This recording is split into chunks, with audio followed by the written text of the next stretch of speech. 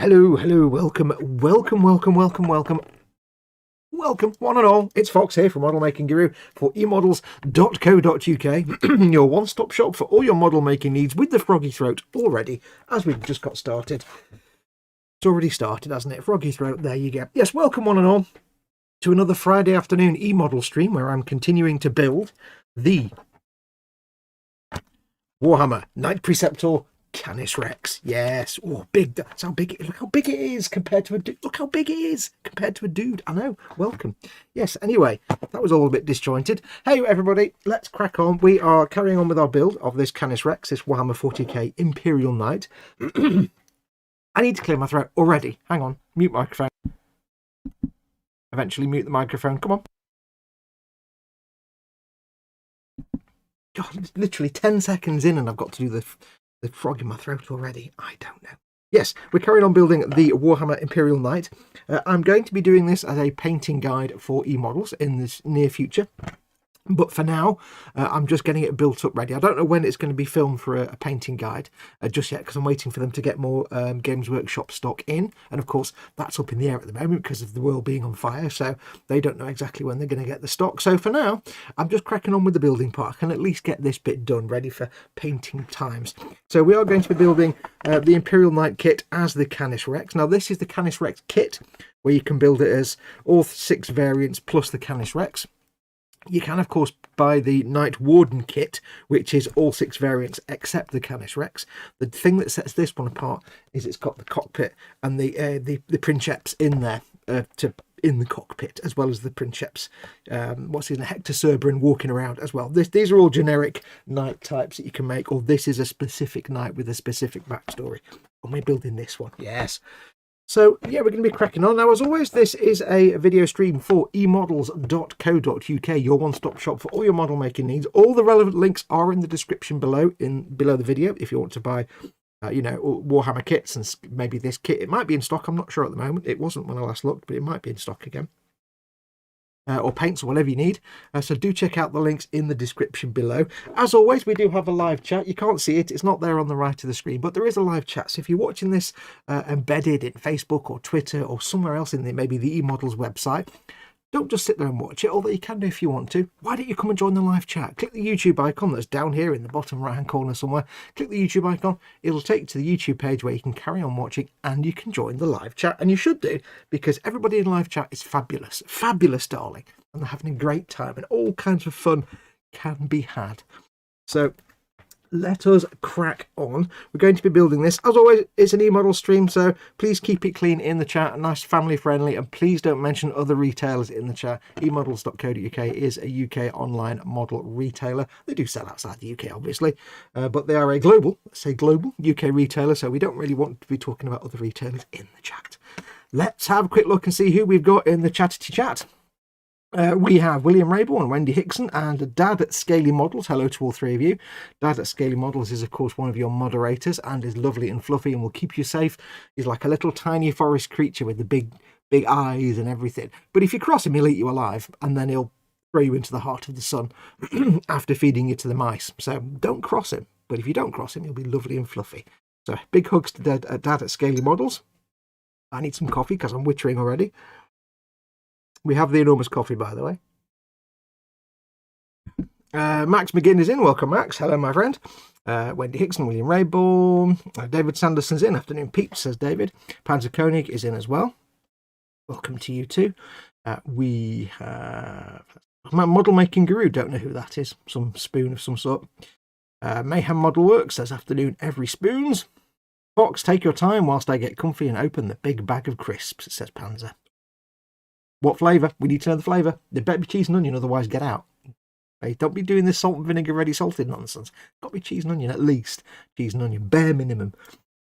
Ready salted my backside. Johnny is in. Welcome, Johnny. So I'm just going to hang out and watch. What we're here for. Like I say, you can just hang out and watch, but we do always have a live chat, and it's nice to hang out with people, especially right now when a lot of us are stuck at home. Nice to hang out in the chat and catch up with old friends. So do feel free if you want to hang out in the chat. You don't have to, but you can do. Who else do we have? Let's have a look. Johnny's saying hello to everybody. Common Road Junction's in. Welcome, Archie. How you doing, my friend? Mayhem Model Works. We've done that already. Where are we up to? Who else has come in? Anybody? Wendy Hickson is in. Welcome, Wendy. Although I think I've just said hello to you already. Armed Brit says, Alright, Fox. Welcome, Armed Brit. Big Dog says David Sanderson. Yep, Canis Rex is Big Dog.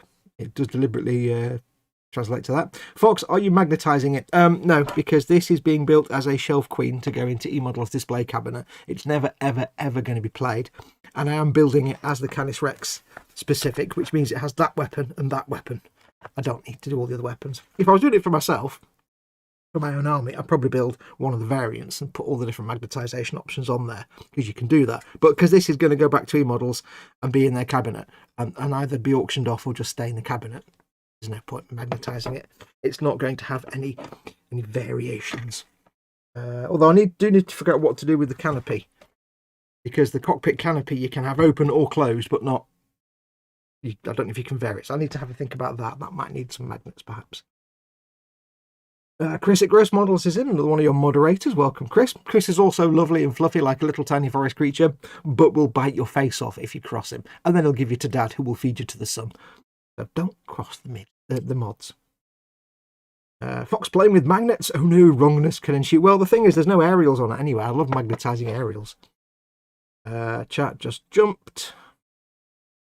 What else have we got in? Everybody saying hello to everybody.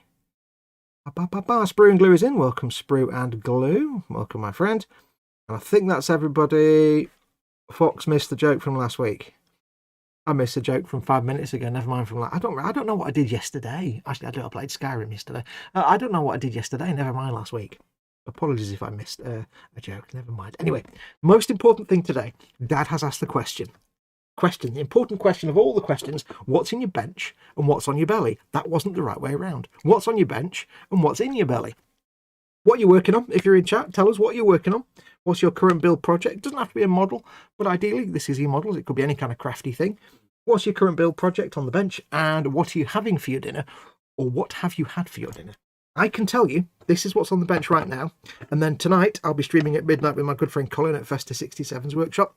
I'll be working on some more Space Wolves, but I can tell you for dinner what we're going to be doing is a couple of days ago we had takeout.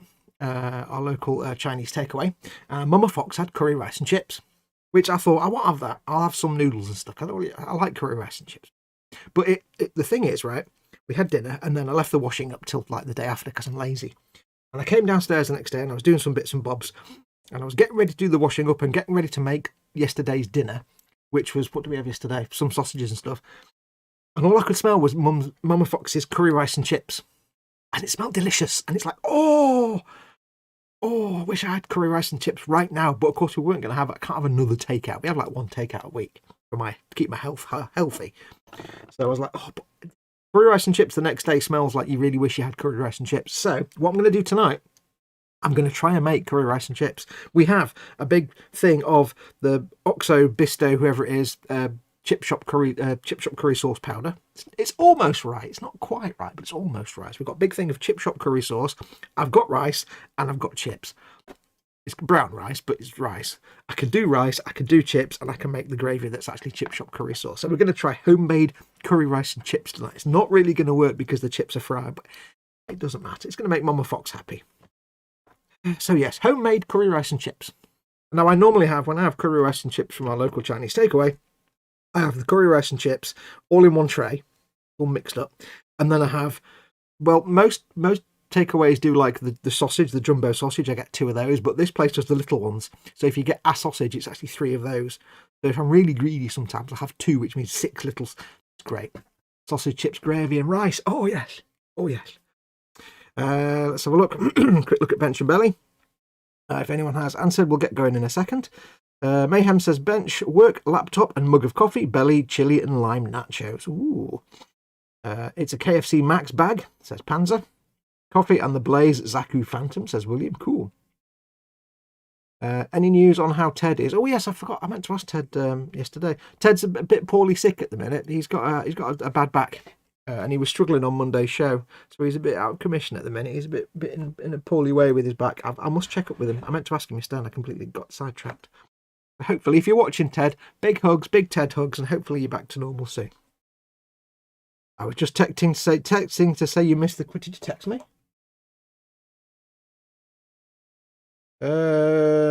Wow, I got a silence call from a Derby number, 01663 number. Don't know who that is. That'll be going to spam. Not had a text though, Dad. I was just texting to say you missed. Oh, you hadn't sent it yet, I guess. Right, okay. Common Road Junction says belly, biscuits, bench. Now you know how it works, dude. You know how it works. You can't just say biscuits or pizza or curry. We need the details. We need the filthy details. So biscuits. Off the information. We need to know what kind of biscuits. If it's digestives or rich tea, we're going to mock you mercilessly. If it's chocolate hobnobs or chocolate digestives or chocolate hobnobs, we'll obviously be most impressed. So think carefully before you answer it and make it up if necessary. But we need to know what kind of biscuits. Bench, Panther A and Spitfire Mark 2224. Cool. Panzer Koenig, bench, a pile of paints and Shilker, belly, now the aforementioned crisps, later sausage and mash. He didn't actually tell us what flavour crisps though, unless I missed that. So we do need to know what flavour, unless it's ready salted or salt and vinegar, in which case we're just going to mock you. So again, if you need to make it up, but we need to know. Pat 26500 is in. Welcome. He says, hi everybody. Welcome, Pat. I don't know if it's 26500 or 26500 or 26,000. I'll just say 26,500. It's easier. But welcome, Pat. Sprue and Glue says, Nout in the belly, balsa wood on the bench. Make sure you don't get them crossed over. You're making a Spitfire. Is it a Spitfire you're making? I think it is, isn't it? A big Spitfire? Balsa wood. Wow. Where are we up to? Earl D's in. Hi, Fox. You're making me want to do the night I got in the stash. You should do the night you've got in the stash. That's my best solution to your problem, is to do the night you have in the stash. I mean, look. Oh, moist. Do it. There's no reason not to do it. We'll get through the chat very, very quickly. Johnny says, yay, and then puts 2 wolves in there. Space wolves, I guess. Armed Brit says, Ace, 172nd Saracen, 172nd suspension components. Yes. What do you make, Fox? I make anything I put in front of me. Right now I'm making that, which is a Warhammer Imperial Knight, which is an enormous... Think of it like a Gumpler, but Warhammer. The guy sits inside in the pilot. And yeah, we're making that Canis Rex, big Imperial Knight. I'm going to be painting it in the coming weeks, but I don't know exactly when yet. So this is just me getting it assembled ready. David Sanderson, belly will be a Hawaiian pizza with extra pepperoni. Bench, nothing today. Well, you got a pizza, that's good. Ooh, that's no fun, Arm Brit. Don't know what I'm talking about. Ted's okay as far as I know, Dave, says Dad. I will check with Ted and I'll let you know. In fact, tell you what I'll do to allay everybody's fears. Why don't I just text him now and startle him and make him fall out of his chair and make his back worse? Let me just text him. Although I get the feeling he's one of those people that has his phone off, even though it's a phone. Hey, Ted. How are you doing today? I'll send him some Ted hugs. Ted hugs. Oops. Spelled Ted wrong. I'm an idiot, Fox. How did I spell Ted wrong? Ted hugs. And then I'll say, everyone in my stream chat says. Here we go. So come and watch live streams with Foxx, and what you'll do is you'll listen to me sending text messages. It's riveting. Well, it's no different to watching some schmuck sleep on Twitch, is it really? Come on, it's a bit more action than that. Right, so I've sent that. We'll see if Ted replies. He's probably one of those people, though, that never has his phone turned on, or if he does, like Mama Foxx, if she has it turned on, it's away in a handbag somewhere and she never hears it. Or it's upstairs because she forgets to take it with her. It's like, it's a mobile phone. You know that word mobile is the important bit. Where are we up to? Foxx is carbs and carbs king. I shouldn't be, though. I shouldn't be. But I mean, brown rice kind of balances out the horrible chips, and yeah. Although we have got a non-fat, a non-oil chip fryer. It doesn't help, though. I know. Doing chips tonight also, but with egg, beans and sausage, says Chris at Gross Models. Oh, what kind of sausage? Are we just like bog standard pork, or have you got some exotic flavouring going on there? It's moved. Max McGinn says bench painting up 6 Primaris Inceptors for Spectres of Steel and Belly. Later tonight, having a sausage bean casserole with jacket potato and mixed veg. Ooh.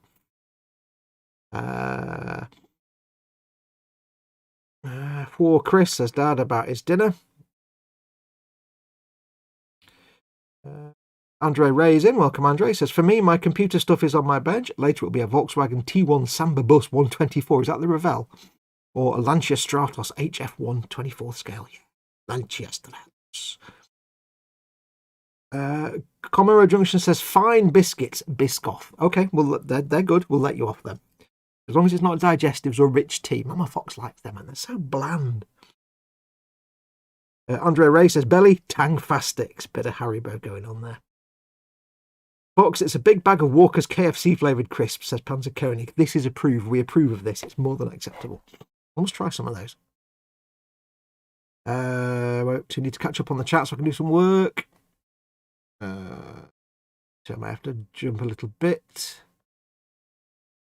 They're all right. Panzer Koenig says about the crisps. They're all right. Normally I would buy the jalapeno ones, but the local shop didn't have those at the moment.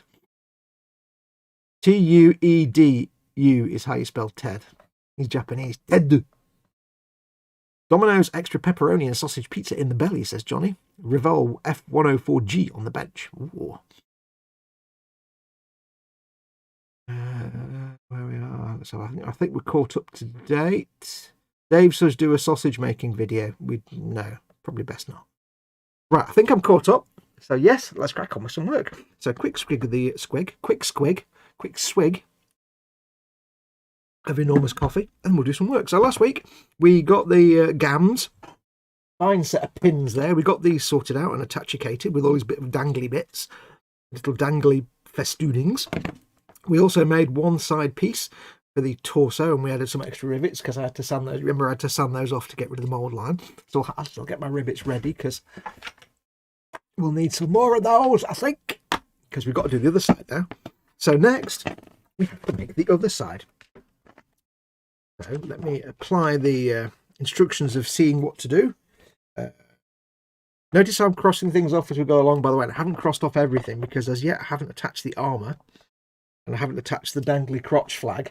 Stupid thing that's because I'm doing them later. We've got some armour taken off the sprue already because I had to do a test fit, but I'm deliberately not assembling or attaching armour just yet because what I want to be able to do is paint the armour separately, and we'll actually attach the armour right at the end when everything else is painted.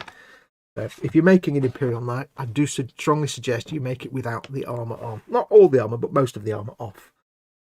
Right, so let us crack on with the next bits. So we need 105, 103, 104 and 102. Let's get those bits. Apologies if I have the sniffles again today. It is a day of the week and the camera is on. Of course I have the sniffles. It is the order of things. No, I've not got. I've got Thorm, did I? Thorm's not there. And also Squishy, where's Squishy? Not right if I'm doing a stream without Squishy and Guthorm to monitor the chat for me. It's not right. It's the law. I need to just adjust Squishy's locating peg. Come here, stop falling over. Honestly, you can't get the staff. Can't get the staff. Not even on camera squishy and you're being a pain. Right, there you go. Right, so they're manning this chat. Right. So let's get the bits off. So we have, let's say 103, 104, 2, 3, 4, and 5 basically. Now I know what they look like. I shall put on. Oh, there's one thing by the way, folks. I've got the chat in front of me on the iPad, as you can see here. I will be wearing my lenses of seeing stuff, which makes all that go blurry. So if you want to catch my attention in chat, please do give me stuff to talk about. We're here for 3 hours, so for the love of dog, give me something to talk about.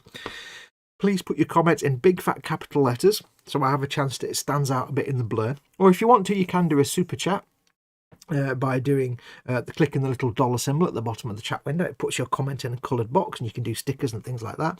Or if you want to, you can just do @ModelMakingGuru. I'm signed into the chat as ModelMakingGuru, my thing. So @ModelMakingGuru, it'll put my name in an orange box and I have a chance to see your comment then. If you do make a comment or ask me a question and I do miss it, then apologies. I'll do my best to keep up with chat, but as you can imagine, my priority right now is to get this thing built and do the buildings and try and make sure it's on camera. So that's that one. I need 105. I don't need to look at the number. I don't really need to look at the part number to know I need this one enormous piece on the sprue, do I really? Now, I might go off camera while I'm snipping these off, so I do apologise. Anyway, yes, so hello everybody. Hope you're all well. I hope you're all doing fine and dandy this week. As always, I've had massive plans to get lots of work done this week and done none of it because real life kicks in all the time. Again, so far this week, I'd hoped to do lots of painting on the Lehman Russ eBay rescue. Totally didn't happen.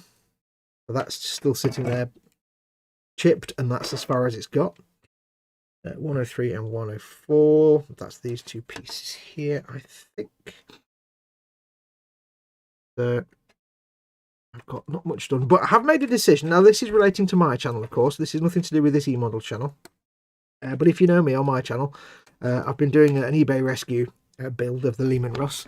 It's not finished yet, so the paint job's nowhere near complete, but it's, yeah, you get the idea. I've been working on that. I have decided, though, I was unsure as to what the next build after that would be. Again, this is on my channel, so... But I think I've decided now. I think it's going to be...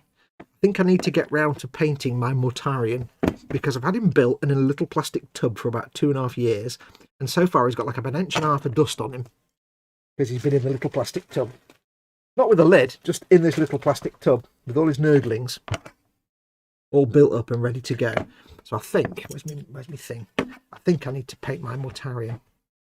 Now, I don't know if it's going to be easy to film that, because it's a little figure, and that's quite hard to film, but we'll see. We'll see how it goes. That might be my next project. Personal project, of course. But I don't know yet. So I'm sure it will change in the next, week. I'll decide I'm not doing Mortarion after all. I'm doing something else completely.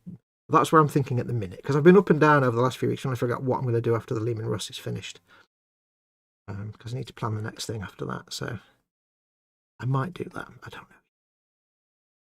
And I haven't decided whether to paint him in the standard green Death Guard colours or the more bone white colours of the other faction of Death Guard that I can't remember what they're called.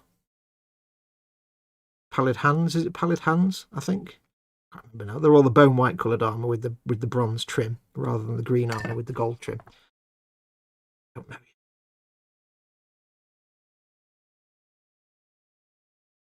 But the problem I've got when I paint Mortarion is he's Death Guard. And Death Guard, as you know, is it's all about death and decay. It's all Nurgle and death and decay and rot. Now, the problem I've got is I'm sitting there and I'm planning to myself, well, what I'll do is I'll do the paint like this. I'll have lots of chipping and streaking and grime and dirt and rust and I'll have all the bronze will be all have a verdigris on it and all this kind of stuff. Then I thought, hang on a minute. I can't do rust. Can't cover him in rust because his armor is made of either bronze or gold, which don't rust, or ceramite, which is not metal. The Space Marine's armor is not metal, it's ceramite, which is a super tough ceramic material. Obviously it doesn't rust. Now I know in reality I can paint it however the hell I want, it doesn't really matter. And I might just do that anyway. But I did sit there thinking, oh, I can't do rust because it's not metal. Oh, I can do rust on his weapons, but on his armour. And then I thought, no, it's going to have rust on it because you can't not have rust on Death Guard.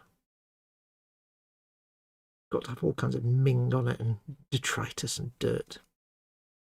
I think I may have to break the rules and put rust on something that isn't actually metal because it looks good. But as I say, I'm not fully decided yet. I don't know for sure. I do not know for sure.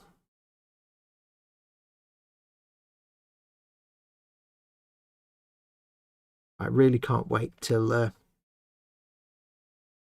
eModels start getting more Warhammer stock in, getting stock refreshes. The issue that's been there, of course, with everything, the world being on fire at the minute, is they started stocking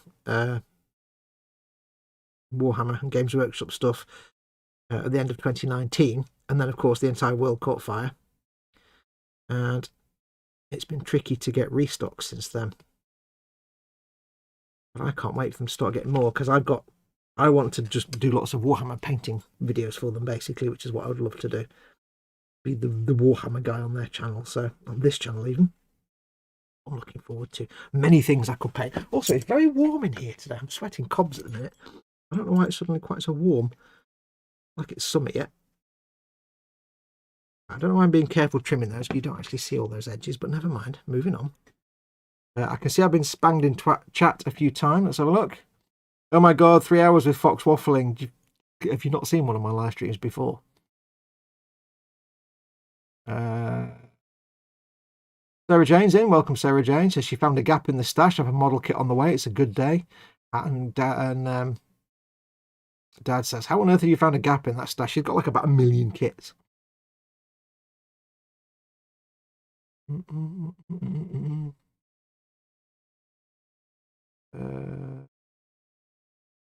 Look.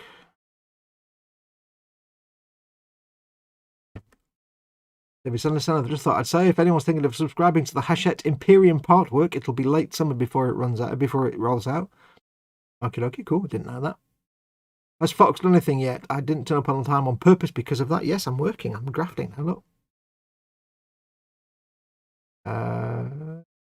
Alert the press, she says. Paint him in the original grey-white. Yeah, the pre-Horus Heresy. I think, is it what they call? I can't remember what they're called now. Flaccid Hands or something. I can't remember what they're called now. But yes. David Sanderson, there's no links to my Amazon stores in the descriptions because this is an eModels video. So it doesn't have my store links in there. It's eModels on this one. Wrong channel, dude. Lore-wise, I think Morty still has Legion iconography on it.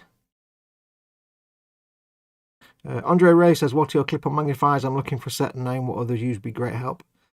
These aren't currently sold by eModels, so I can't tell you where I got them. But they do have various magnifiers in stock.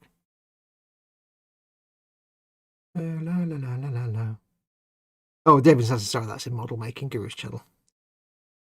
So yes, David says he got a... If you don't know what the Hachette thing is, by the way, a couple of years ago, Hachette did a part work called Warhammer Conquest, which was actually really good. It was like 80 issues. Was it 80 issues? 100 issues. Might have been 80 issues it was. And it was basically a way to build up 2 rather large armies. Not massive armies, but big armies. 1 Death Guard and 1 Space Marine. And they were like various models from various different sets and things all combined together. And it was like a great deal because you got them a lot cheaper than buying all the models individually. And there were rumours that they were going to do another one, and they are. Warhammer, I think it's just called Imperium, I think. Warhammer 40,000 Imperium. It's going to be another part work, I guess 80 issues, that you do over a couple of years, and you gradually build up 2 armies. This one is going to be Space Marines on ones. Again, it's Ultramarines again. Ugh. The Ultramarines. Ultramarines, we can paint them however you want. Space Marines are for 1 army, and Necrons for the other one. I can't say I'm that interested in the Necrons, but I know people are. So it does look quite good. And this time, instead of all the premium stuff being special play mats and things like that nobody really cared about the first time around, this time it's going to be... I need my tool, my scrapey tool. this time it's going to be your premium rewards if you go for the premium set, are like extra models from different factions, like Tau, Orcs, and so on. So it does look pretty good, but he's saying basically it's going to be summer before it comes out. That's cool. Well, it doesn't matter.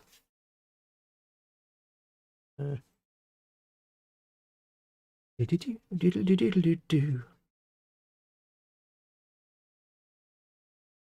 Sanders says, I forgot this was an eModels channel. I know. I do myself sometimes. And I'm on it and filming it. That's that one done. This piece here, I'm not being too careful cleaning this one up now because you're not going to see these edges here anyway. Or for most of them, you're not going to see. I don't think. You are going to see that edge, that bit, but you're not going to see this. So this just needs to be cleaned up so it's not got a lump. I'm not too fussed about these being neat and tidy. So I can just have a go at these with the mould line removal tool, which will be available at eModels.co.uk eventually.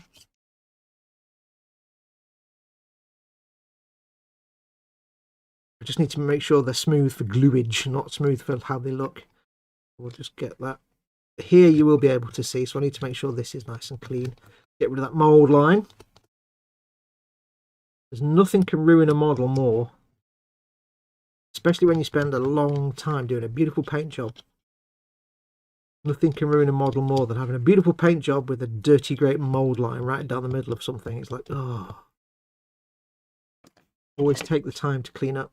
I get spanged a lot because I take forever to build things.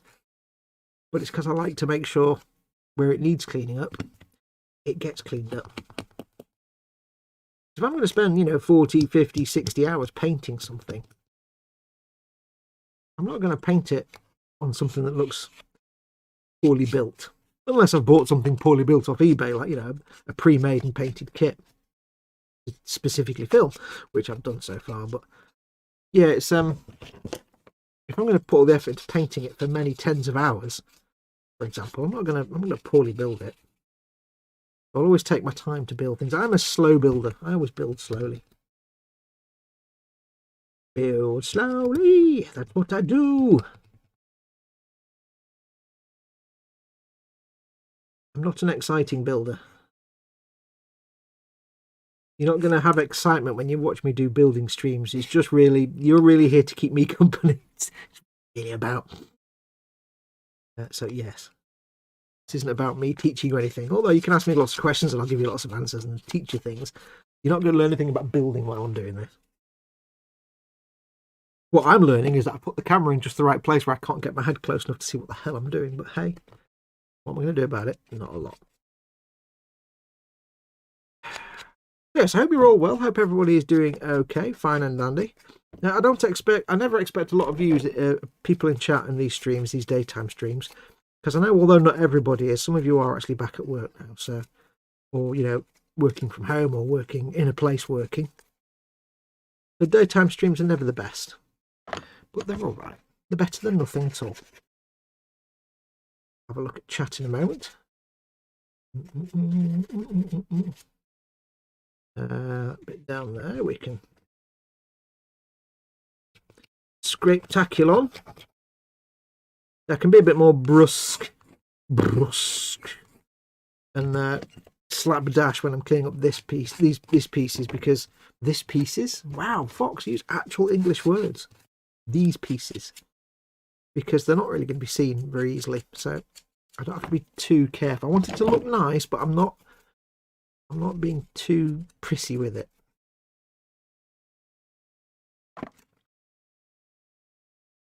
Except this bit here, I'm going to see that, so that needs to be flat. Lovely flatness. I think what else has been going on that I can tell you about? Not a lot, really. Nothing, as Colin would say.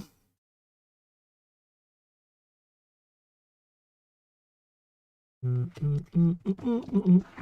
not heard back from Ted yet. Oh, hang on, I might have done. Why is my phone not making pinging noises? Why am I not getting text notifications? Have I turned the volume down like some?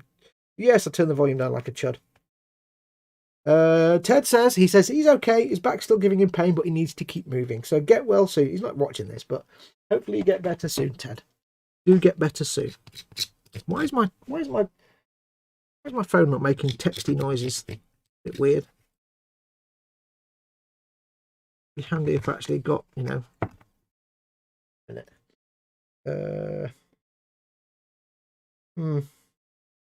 Don't know why. Don't know why it's not it's not pinging noises at me. Dad, would you be very kind and send me a text? Oh yeah, but you sent it just as I flipped. I got your text, Chris, but you sent it just as I flipped it onto silent and back off again. So sorry about that. If you could send me another one. Not that this is something I need to be doing during a live stream, but you know, hey. I'll probably set something to silent without realizing it, although I don't quite know how. Yes, I got your text, Chris, but it was literally just as I flipped it to silent.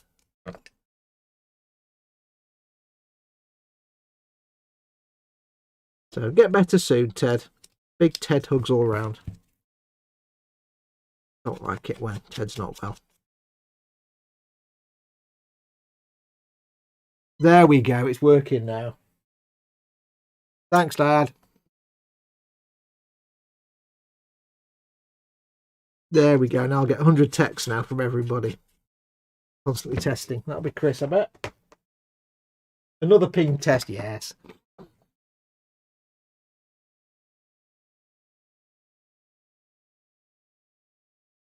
Do. Yes, I had a missed call on my phone just then from a number in what looks like it's 01663, so it's Derby area. And I know what that'll be. It'll be a spam call because I don't know anybody in the 01663 area. And I've got to tell you, it's a right pain, right? I'm not out and about very often, especially right now at the moment, obviously for the last year or so, but yeah, okay. Glad it worked. Says that, yes, thank you very much. Moving on. I'm going to ignore it now. Dad says, are you okay? Yes, I'm fine, thank you. We're all fine here now. Anyway, yes, so I don't go out very often, or you know, I don't have occasion to go out very often. But when I do, for some reason, in the old days, I remember in the olden days, you had your mobile phone and you'd go out and about and you'd still get text messages and phone calls as normal because that's what happened. Nowadays, it's different. Nowadays, if I go out and I've not got mobile data turned on, I can be connected to the network. I'm on 4G, you know, I'm not O2 anymore. You know, I'm on the network. I'm going to turn that off now. Can we stop now? Yes, you can stop now, Dad. In fact, oh look, accidental airplane mode. There you go. You ne'er-do-wells. Yeah, so in the old days, you'd just get text messages and calls as normal. You go out, you take your phone with you, somebody would text you. Nowadays, if I haven't got it on mobile data, nothing comes through. Even though I'm connected to the network and I'm not in airplane mode, you seem to need to be in mobile data now as well. It's like, because everything comes through as data. But I've noticed that every single time I go out and I switch my mobile, because I turn mobile data on at home, there's no point, it's all wireless. The moment I turn mobile data on, within 24 hours, I'm getting spam calls. You know, like spoof numbers and things like that. And it's always PPI claims, all that kind of garbage. And I've got my phone nicely blocking them anyway, so they don't come through to me. They just go straight to voicemail. But it's really annoying because it's like I need to use mobile data when I go out and about in case someone needs to contact me. But I know that I'm going to get weeks of spam calling as a result. What fun. Really frustrating. Don't know what it is. Right, now if you remember last week, these pieces here, which I don't know if you can see, there are 3 little rivets on the inside of that curve, but there's also a honking great mould line going down the middle. So we'll do exactly the same that we did last week. We shall get rid of those rivets. We shall destroy them with destruction. I don't know why I made them noises. So we can get rid of the mould line. And we shall replace them with our own rivety goodness. Now what I'm going to do before we do anything else is I'm going to open a window because it's 1,000,000 degrees in here. So everything might go a bit wobbly for a second. Bear with me. Window. There we go. Let the warmth out. There we go. Like summer in here. I don't know why it is. Like summer in here. I'm very waffly today, aren't I? They come through because they use a VoIP system for calls, says Mayhem. No, I know what they're doing, but it's not so much that. It's mobile. The fact that if I don't use mobile data, if I don't go out the house for like 6 months, or if I don't take my phone with me when I go out and I don't use mobile data, nothing happens. The moment I turn on mobile data out and about in the world, within a day, I'm getting call after call from spam numbers, and it's like, this mobile data is not helping me because I'm just getting, I don't know why, it's only after I've used mobile data, and it's even if I don't even do anything. If I leave the house, turn mobile data on, go to wherever I need to go, do whatever I need to do, come home, turn mobile data off, the next day, spam calls. It's clearly something to do with being on the mobile data network. It's really frustrating. To the point now where I'm reluctant to just pick my phone with me when I go out, because there's no point having mobile data turned off because no one can contact me. But if I have it turned on, yeah, I get spam. I don't know. I'm an old man. I have to complain about something. It's very frustrating.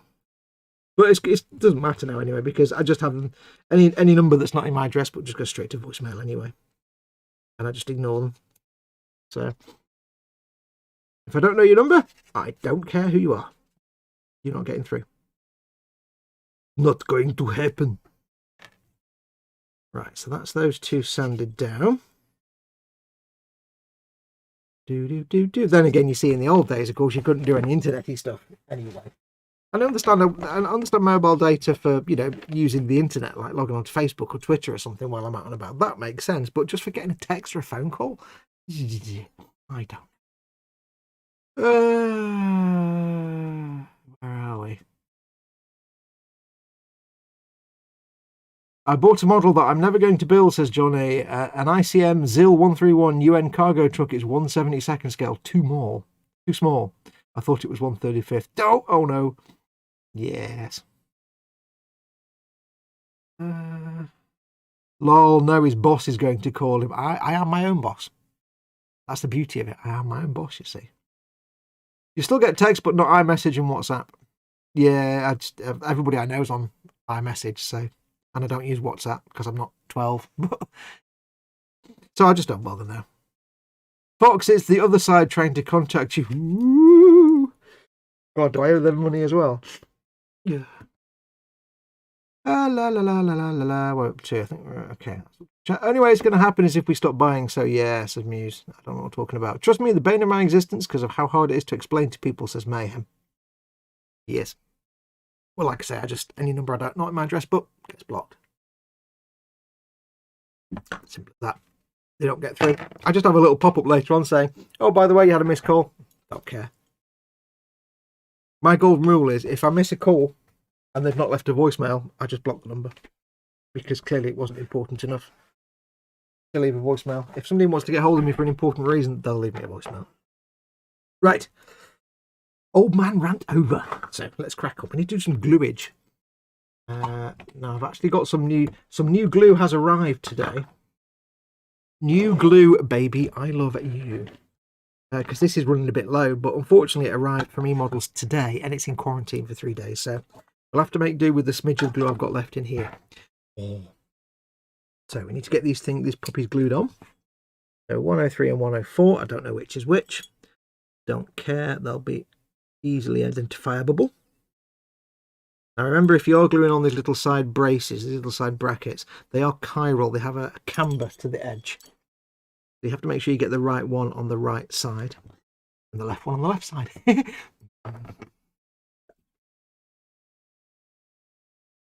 Let's get some glue on. Let's get it on. I'll get some glue on there. Like that. There you go, isn't that nice? Get this one on. Glue in there to start with.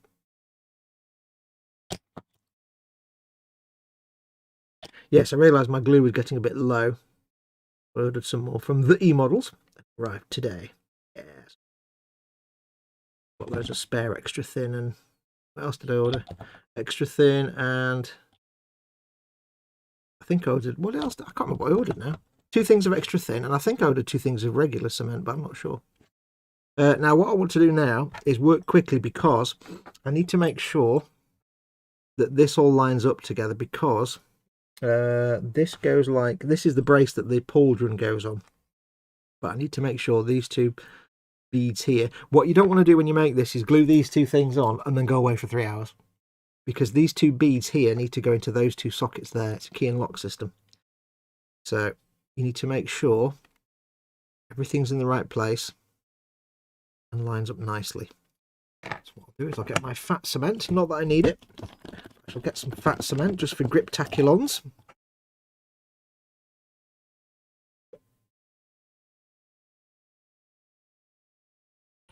Just to get the ball rolling with the gluage. And then make it fall off. Yay! And then squish it down. Get that glue off my thumb so I don't get a good gluey thumbprint. Put the lid back on that glue. And get the lid off that glue. Always put the lid back on your glue, even if you're going to use it again a second later. That in there. I'll have to hold this for a moment just to make it all bed down. Now, if you remember last time, we have these little gaps here. Little gaps between the pieces. Now, I'm not really fussed about filling those too much, because this is the inner frame. If it was a gunpla, it would be the inner frame. This is the inner frame. Most of it's hidden away under the arm or the pauldron anyway. And it's not that easy to see at the best of times. But I will squish it together. And I will do have an attempt to sort of sand it away. If you remember, what I'm doing with this is I'm not using fillers and putties. I haven't used fillers in... God, I can't remember the last time I used fillers. The last time I used any kind of filling was sprue glue, and that was on the Eagle Transporter, what, 2.5 years ago. As much as possible, I tried to avoid using fillers, because I'm lazy. But also because you don't usually need to. It's a little gap. You can get the glue to squeeze the plastic out, and that's your filler. Sand it back when it's done. So I've got the little plastic squeezing out of this little gap here. But if it does remain as a visible theme, it's fine. Because it's just big, heavy ironwork, basically. It's like, imagine big steel assemblages. I like that word, assemblage. It's just big steel things, so it doesn't really matter if there's a mould line there. There we go, that's that on. People are talking about me in chat. It's also because calls are so deeply integrated into the data stream, says Mame. Yeah, I kind of know why. It's just really annoying. In the old days, I could still get texts and phone calls without having to do all that. You know, I wouldn't mind not having, if I could just, because I don't tend to use the internet while I'm out and about. You know, I'm not on Facebook and stuff while I'm out and about because I'm doing something, so I don't tend to need that. So if it was just that, it'd be fine. I'm just having an old man rant. La, la, la, la, la, la. Sarah Jane says, Muse, under the right conditions, I'll be able to build a model one day. It's only 3 years worth of kits I have. I think Sarah Jane's got like 1,500 kits or something. Kind of crazy. Foxx, have you ever used Tamiya 40ml limonene cement? Looks like normal plastic glue with a lemon scent, says David Sanderson. No, I haven't got any, but I know exactly which one it is. As far as I know, it's kind of just extra thin, but with the limonene scent to it. It's still like basically thin polystyrene cement. So it's basically similar to that. It's just got the limonene scent. I can't remember if it has a specific use case. I can't remember if it's different in any way. It might like flash off a bit slower than extra thin. I know it's not for specific plastics. I've got the ABS cement, which gives you a hefty dose of dust on the lid there. I've got the ABS cement, which I've had for years, and it's gone yellow, but it still works. I've also got the, if I can get it out, I've got the fast, quick setting cement, which I don't use very often, but it does come in handy. And I can't tip it up because the thing fell out of the lid and it leaks. But I've not got the limonene one for a long time. Oh, hello. Hang on. Let me put this back. For a long time, it's destroying my shelves here. For a long time, he said for the third time, that limonene glue was really hard to get here in the UK. And the ABS glue has always been a nice get hold of. But I don't know what the difference is between that and the regular extra thin. And I don't think it works for different plastics, but I'm not sure. Lewis Cypher is in. Welcome, Lewis. He says, I'm a beginner. I'm currently working on my second model only. I think I can finish what I own, lol. And then Chris at Gross Model says, that's how it starts. Yeah, none of us want to have a stash when we get started. Before you know it, we've all got a stash. Right, now if you remember, here's the one we did last week. So what I'm going to do on here is very quickly tidy up some of those little joints where there's a little bead of glue. Now, it won't get rid of it completely. It's not going to hide it and fill that gap. It might do, but I'm not fussed if it doesn't, because it's a big piece of foundry work in there. It's going to be hidden away under grime and dirt. It's fine. But essentially, for most of it, the glue will have squished out the melted plastic, and that will hopefully fill the gap anyway. So by scraping this away, it's just removing the excess bead of squidgy plastic. Well, it's kind of hard to get to. Good, so we'll just give it a quick sandy. I'll use my little sanding sponge. Apologies if I don't know if my head keeps coming into shot, by the way. Apologies if it does. Hopefully it doesn't.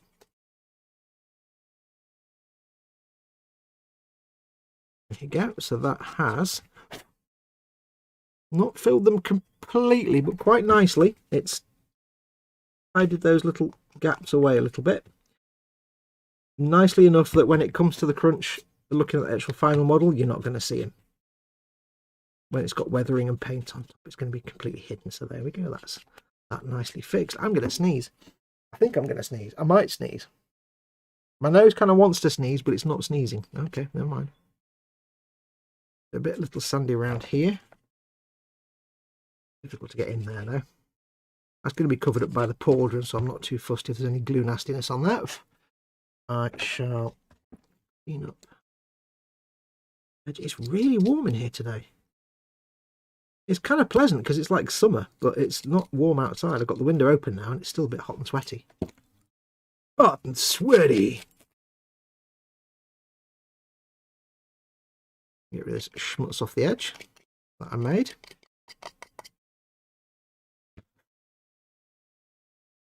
I've got little bits of fluffy plastic where it's just scraped it a little bit and I can't quite sand them, so I'm just going to run some extra thin along the edge.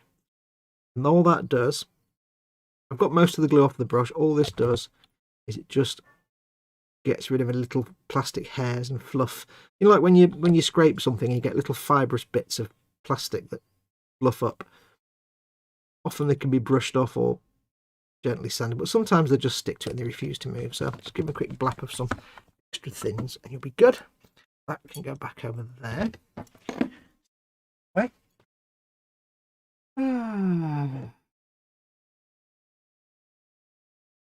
Have a look. What's chat doing? I started off just like you, then I started keeping a model spare just in case, and like Sarah, it got away from me. Yeah, the problem is, you're just starting out, you think, I'm not going to get a stash. But the problem is, you'll quickly learn that when you're working on a model, halfway through it, you'll see the next model you want to build, and you'll buy that ready. And then before you know it, you've got a stash. I thought the Tamiya 135th was good for beginners. The Hobby Boss is more difficult, let's say. How does this Warhammer stuff compare? Not the painting, the assembly. Warhammer stuff is an absolute doddle, most of it. Because it's extra chunky and thick and simple for brush painting anyway, because they're aimed at brush painters, but they're a doddle to build. They really, I hold Games Workshop kits second only to Bandai. But I know Bandai are push fit, but in terms of ease and fun of build,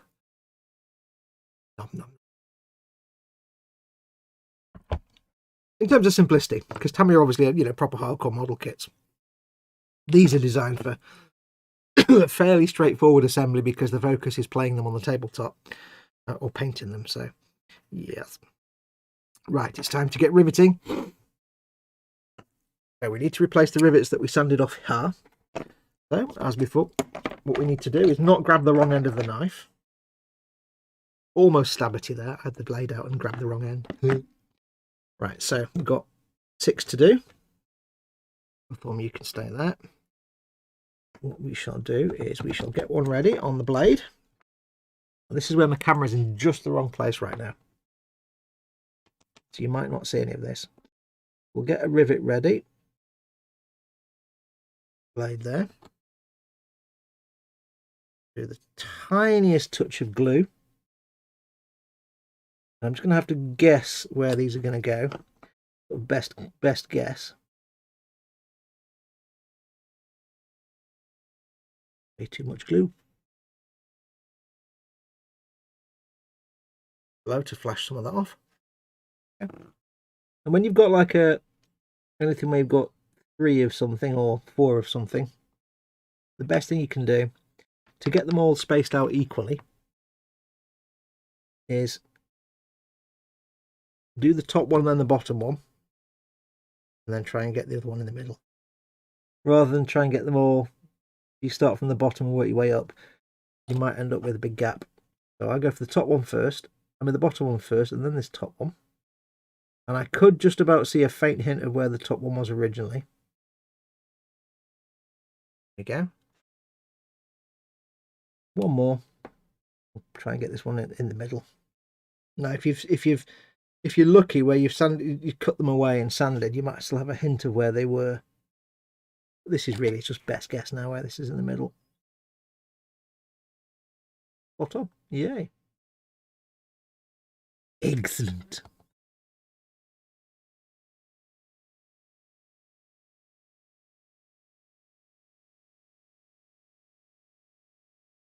Do this one now. Now you don't need to obviously do this when you're trying to get rid of the mold line that goes down the middle. If you're careful, you could just not sand the rivets away, but it is quite tricky to do that. I can actually see where the other ones were now. Needs a touch of glue, just enough to hold it in place. Yeah, if you're careful with your sanding, you don't need to scrape or get rid of the rivets to start with. But it is a bit of a hassle working around riveting. So the middle. So, and me being lazy, I much prefer just to get rid of them and replace them. I am lucky that I've got these rivets my friend made for me. A good friend Kenneth in Australia land. I have some more coming from my good friend Wendy, who's in chat. Then give me a quick blow and a quick touch. eModels do actually carry some rivet making tools, but I've not used any of them, so I don't know what they're like. There we go, that's that rivet replaced. Those rivets replaced. Lovely. I love doing rivets, it's so much fun. Have a look. I went to the shop for paint yesterday. Came home with a stack of new kit, says Muse. It's always the way. And Sarah Jane says, Muse, now you need more paint, so you have to go back again. Panzer Koenig says, it's the same. I ordered paint and just had to order a kit at the same time.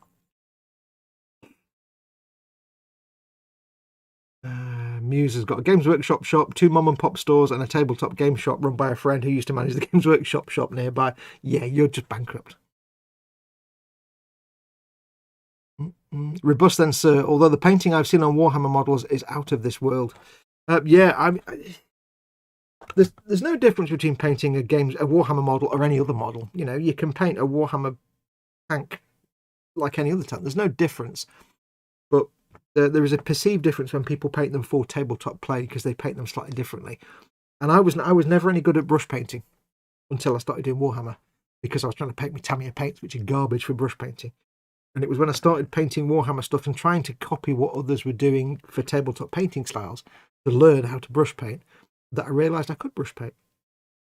Now you can go the whole hog with tabletop miniatures. You can paint them just like tabletop level, or you can go full on professional paint jobs, or you can do whatever you want basically. But the sort of the classic way of painting tabletop minis with a base coat, a wash, a highlight, and a second highlight. Or, you know, base coat, wash, layer, highlight. that's a good way to ground yourself in the how to brush paint start. It's a good starting point to learn how to do brush painting. From that point onwards, you tend to then learn more complex technique. Excuse me. Swig of the coffee. Oh, warm. What's next? So we've done both side parts. We now have to build the central area. Ooh, my area. So we need part 37, 25, and 1. Okay, that's a good, weird combination. There's none of them are on this piece, on this sprue. That's the specific sprue. I think it's this one. Doop-a-doop-a-doop-doop-doop. Let's have a look and see what we got here.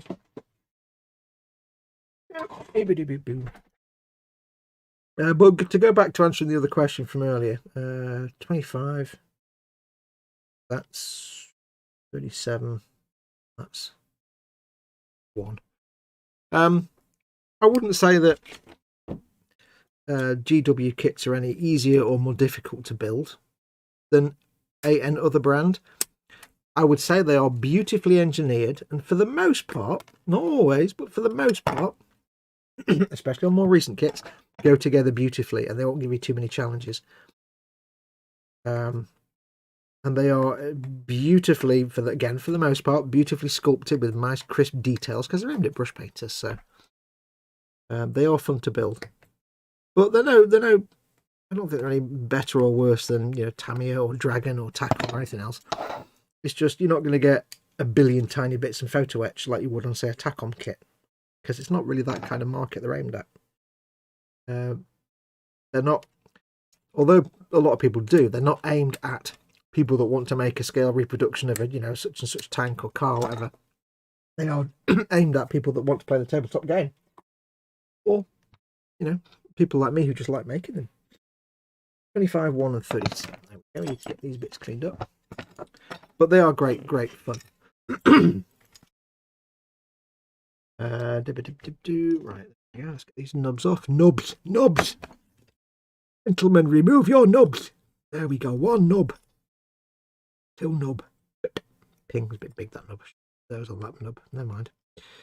3 nub. 1 nub. 2 nub. 3 nub. 4. That. Get to these ones, but we'll do our best.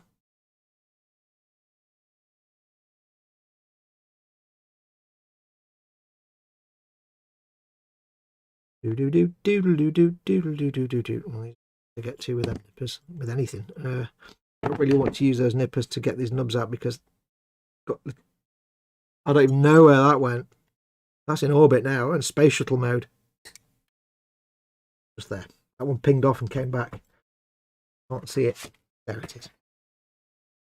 Yeah, that last the second one there went space shuttle mode. It's gone off somewhere now. Now, I have to admit, I need to clear my throat again.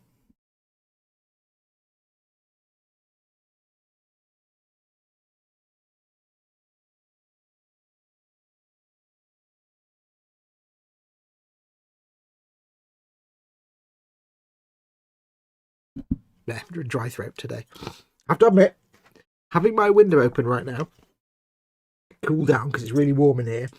Having my window open right now is a bit of a risk, and I'll tell you for why. Because just the other day, I was sat there. What was I doing? I might have been on the Xbox. I might have just been doing something on the internet. I was doing something anyway. And I heard this little squeaky, scrapey noise, and I'm like, what's that? Like a noise. And I was like, that's coming from like my window, because my computer's right against the window in this room. What is that noise? Now, sometimes we get like a magpie or a wood pigeon on the window ledge. I'm on the first floor here. We get like a bird or something on the window ledge, which is fine. That's what birds do. But it didn't sound like a bird because it was scratchy. It wasn't scratchy. Like birds tend to have the little ticker sound as their little tiny bird feet walk around on the window ledge. I like it when birds stand on the window ledge because you can sit and look at them and talk to them. So I was like, what is that? I opened the curtain and there's a damn squirrel, a big fat squirrel on my window ledge. Again, it's a back bedroom, former back bedroom. So it's got like it's first floor, And I'm like, that's a great big fat squirrel on my window ledge. How the hell did it go on the window ledge? It's just, there's not a lot. And then I realised, of course, there's like a little kitchen extension with a roof it could have jumped. It's a hell of a jump. Hell of a jump that's got all the way from the kitchen extension to this window ledge. So I'm like, come on, are you taking the mickey now? Like, come on. And it was a big fat one as well. Big fat bugger. So I just sat there watching it because I opened the curtains and it's like, there's a squirrel on my window ledge. It's like that far. I'm like that far from my face. And it's just kind of sat there looking around the garden. I'm saying hello. And it kind of looked back and saw me and was like, oh, and ran off a bit. And the last few days I've seen it up and about on the kitchen roof and stuff. And it's like, yeah, I wouldn't be surprised if one day I'm sat here working and suddenly there's like a squirrel on my workbench. Because they're cheeky little things, the ones in our garden. They're dead brave. Well, most of them. It's like, I wouldn't be surprised. I wouldn't put it past it. That one day I'm sitting here working with the window open in the summer or something, and the squirrel comes up and is like, hello, what's in here then? Now, I do have netting across the window to prevent bugs and stuff, but I won't stop it. Imagine that. Imagine I'm doing a live stream one day. Squirrel. That'd be fun. Not. So do expect that at some point. There may be squirrel antics at some point. Playing on Xbox, pootling around, suddenly turns around, squirrel, says Mayhem. Yes. Where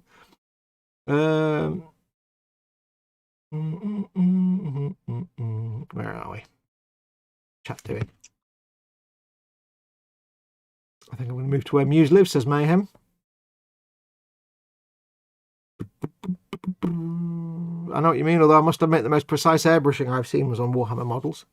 The thing with Warhammer models is they are so chunky. Because they're aimed primarily at people who are going to paint them by brush, but a lot of people don't, but, you know, traditionally brush painted. All the details are crisp and chunky and a little bit over exaggerated. It does make them real great for airbrushing, especially for things like if you've got dudes with wings or anything like that. And I think the differences go with not just Warhammer, but any kind of tabletop miniature, especially fantasy stuff. The thing to keep in mind is that, you know, when somebody's building, say, a Russian 1960s tank like a T-62, or they're building a Challenger, or they're building an Abrams or an aircraft or something like that, some real world thing, that model is kind of stuck to making it look like the real thing. If it's a model of a real thing, they kind of have to paint it to look like that. You know, you're not going to see, for the most part, object source lighting on World War II armour, because it just looks stupid. It doesn't really work because it's a real world tank and everybody's going to go, that's not what that looks like. When you get into stuff like tabletop games, things like Warhammer or Age of Sigmar or Malifaux or any of the other countless tabletop games where you've got to build the models and then play the game on the tabletop, especially fantasy, a lot of it, not all of it, but most of it is fantastical stuff, or even fantastical stuff, made up sci-fi, whatever.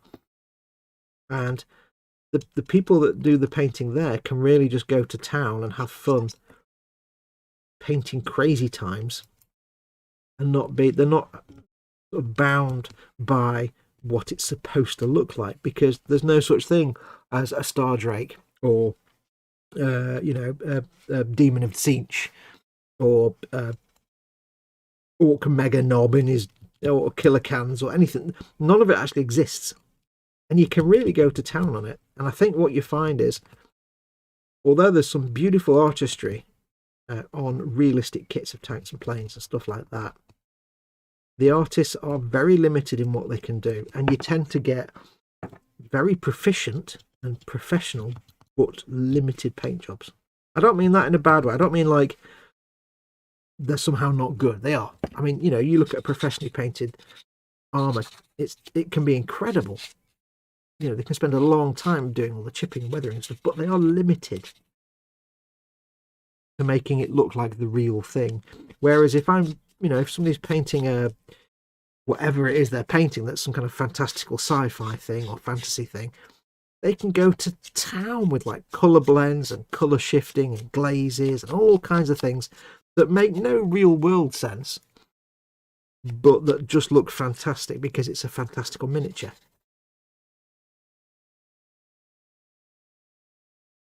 It's kind of that freedom that comes with it, because they're not bound to a realistic thing. And so I think when it comes to miniatures especially, there's a lot more freedom for artists to really just experiment and have fun with the art of it. I'm not saying that people who do realistic models are not artists, of course they are, but there's kind of a license for more art, you know what I mean, more expressionism, more expression of the art, more impressionistic styles. You're not bound to make it look like a real thing. And I think that's where miniatures, that's why sometimes, you know, you may see a realistically painted Sherman and it'll look incredible, or a realistically painted and beautifully built like sports car and it'll look uncannily realistic. But then you'll see like a, I don't know, Archaon, the Ever Chosen, with its 3 heads, 3 demon heads and wings, and it's got all your fantastical colours, and there's colour transitions and gradients, and there's all kinds of effects on it, and both are awesome, but one is more visually captivating, I think, because it's not bound by the conventions of reality. And I think it's more, I don't know, it's hard to explain, because it's both an artistic skill, but I think with realistic models it's more of a technical skill, although with, well, artistic skill as well, but I think it's more a technical issue, whereas with miniatures sometimes it's more of an artistic interpretation. And that's where sometimes you can really be wowed by a miniature over and above, you know, a realistic car or tank or plane. If I see like a model of a, you know, if somebody says to me, here's a Tamiya 124th Toyota Camry painted to look like a real thing, I'm like, wow, that's incredible, it looks fantastic, you've done an incredible paint job, you know. But a lot of that will be more technical skills, like the polishing of the clear coats, the application of the paints. There's not a lot of artistic arty-fartiness, if you know what I mean. You might be able to say the interior, but for the most part it's a technical application that's the impressive bit.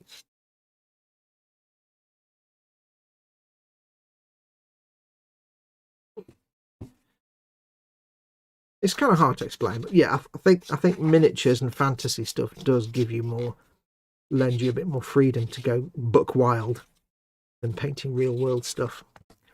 But I don't think they should really be, other than that, I don't think you should consider miniatures as any different from any other kind of model kit. It's just another kind of model. I need to scratch my nose. It's just another kind of model. It's a different genre, but it's still just a plastic model or a resin at the end of the day.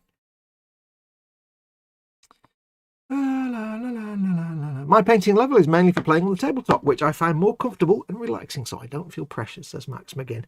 My painting level is kind of that as well. If I really pull all the stops out, I can go to a bit above tabletop level, because I normally do a bit beyond tabletop. Say more toward display, but nowhere near like award-winning, Golden Demon winning kind of miniature pair. I can't do that. That's not my level of skill, and I don't intend on getting that good. I mean, I might do one day just by doing it, but I have no desire to get that good, because I'm happy, I said this last week, I'm happy teaching people how to paint to a tabletop standard, because the people that can't paint at tabletop standard are the people that want to learn how to get to that standard, and it's the best jumping off point to then learn more complex techniques. And teaching someone who doesn't know how to do a basic wash and layer, how to do that, for me is much more rewarding and engaging than teaching someone who knows all the basics how to do an advanced technique like glazing or wet blending or something like that. I'm much more comfortable and much happier in my element teaching beginners how to do the basic stuff to get them started. Because the reward I get there is that I've sent someone off on their own journey of discovery. If I'm teaching someone who's got all the basics how to do a wet blend, for example, then I'm teaching them that one thing, and it's fun and they're learning a new thing, but they've already had the wide-eyed exploration moments. I'm not teaching them, I'm not getting to unveil the world to them. That's much more rewarding for me if I can basically pull back the curtain and say, look, painting isn't that hard, and here's how we do it. And I've not got a good sanding stick. There it is. No, here, when people are starting out learning how to paint, they have a lot of preconceived ideas and beliefs that aren't always necessarily true. You know, airbrushing is a skill for a master. Not really. You can airbrushing's not that bad. Getting certain paint finishes takes lots of years of practice. Not necessarily. You'd be surprised what you can do with a simple wash.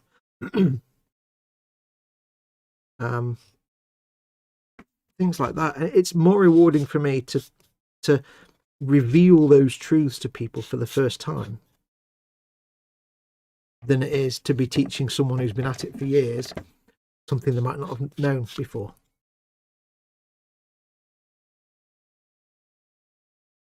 And I don't know why. That's just the way it is. So I don't feel compelled to. I mean, if I really put my mind to it, I probably could do I don't think I could do like a Golden Demon winning paint job. I'm not that skilled, but I'm happy being not that skilled, because the way I see it, if I develop the skills, is that going to line up?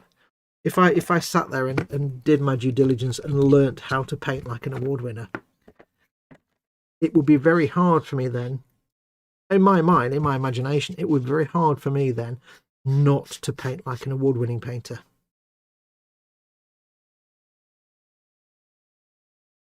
By keeping my painting skills at moderate, let's say, not beginner, but skill beginner maybe, adept rather than master, I can still paint like a beginner if I need to. It's kind of hard to explain. I think once you become a master of everything, it's very hard to then not paint like a master.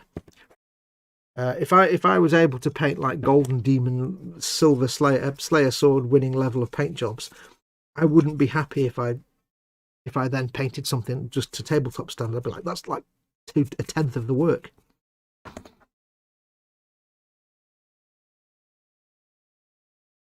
You know, if an artist can paint a photorealistic oil painting on canvas, why would they even try to paint an impressionistic painting? They wouldn't, because they'd be like, it's not realistic. And I see myself as that kind of more like an impressionist style. I'm not painting for super realism. Well, I don't do eyes, for example. I go for more impressionistic style. I go for the impression of whatever it is I'm painting. Enough to convince you, at least from a few feet away, or even on close inspection, that it is what it's supposed to be. Right, let's have a look at chat before we do some gluing.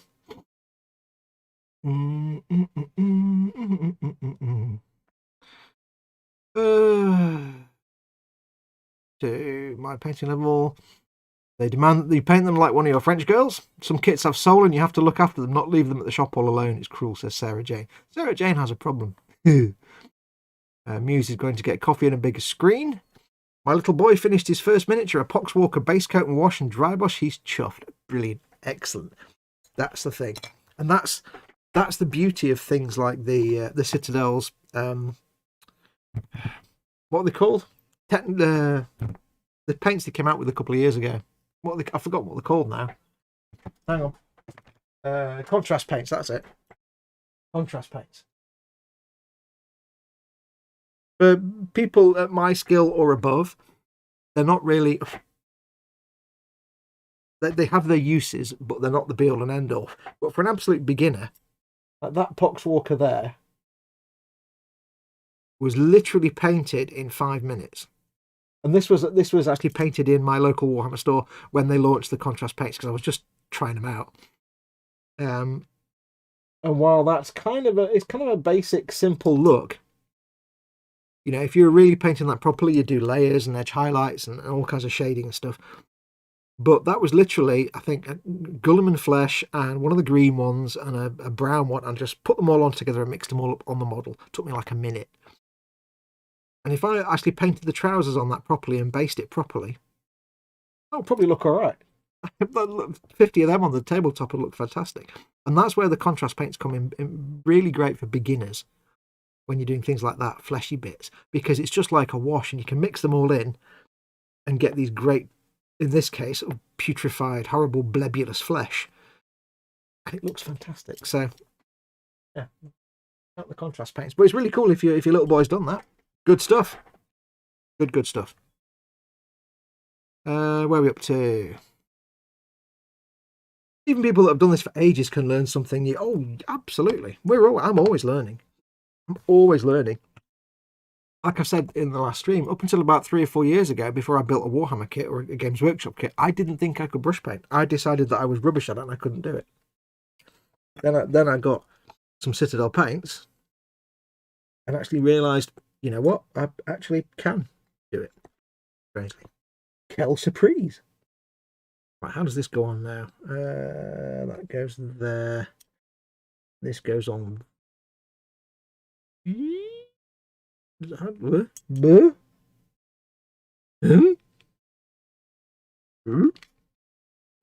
There we go. That's how it goes on. Okay, so that needs to be having some fat glue, I think, to start with. As always, if you know me, you know what I'm doing. I'm using the Tamiya regular cement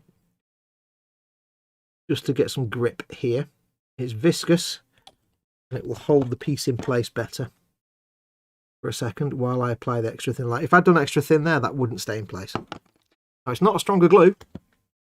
Extra thin is more powerful than a welding cement, but it will hold that piece in place just long enough I can get the extra thin into the gaps. What extra thin I can get onto the brush because it's running empty. The bottle's a bit empty.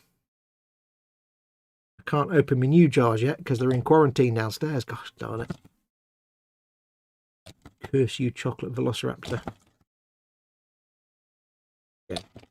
Yeah, so we're always learning. Everybody's always learning. There's always something new you can learn. And that's the thing as well with you know, say excuse me one sec. Sorry about that. With miniatures as well, is it's tempting to see them as something different to, you know, regular model kits, but in reality you shouldn't. You should just consider them as another model kit. And there's nothing wrong at all with, you know, approaching a miniature of some sort as if you're a traditional kit builder, like you build your 1/35 armor or whatever it is you prefer to do. There's no problem at all approaching it like that. Whether you're going to play the game or not makes no difference. Build like any model, build it however the heck you want to build it. It's your model. You paint it in whatever way makes you feel warm and floaty inside. Okay, which way around does this go now? The instructions are rather weirdly not... Yes, they are. The instructions just kind of show this piece like that. But it doesn't really say whether it's that bit or that bit. But I think some of the holes won't fit. Those two holes are too big. Those two holes... Okay, they both fit perfectly. Okay. Does this have to be a certain way around, or can I make it? Not very clear which way around this needs to go.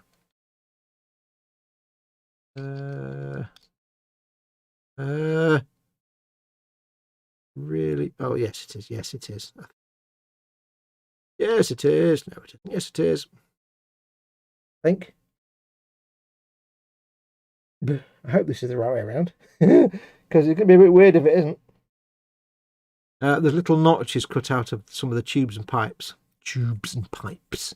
That I think settle over these two little sticky out bits here. I think it needs to be that way around, because that does seem to fit. Yes, there we go. Okay, it is a bit, if you're making a knight yourself, part 37, it's really weird because it fits that way or it fits that way. It doesn't necessarily demark in the instructions which way it needs to go, but it's the bit with the little wedgy pieces taken out here and here that sit it around these two sticky out bits. Keep that in mind when you're putting that together. Touch of the fat. Not too much, just a touch. Oh, that rhymed. I'm a poet and I didn't know it.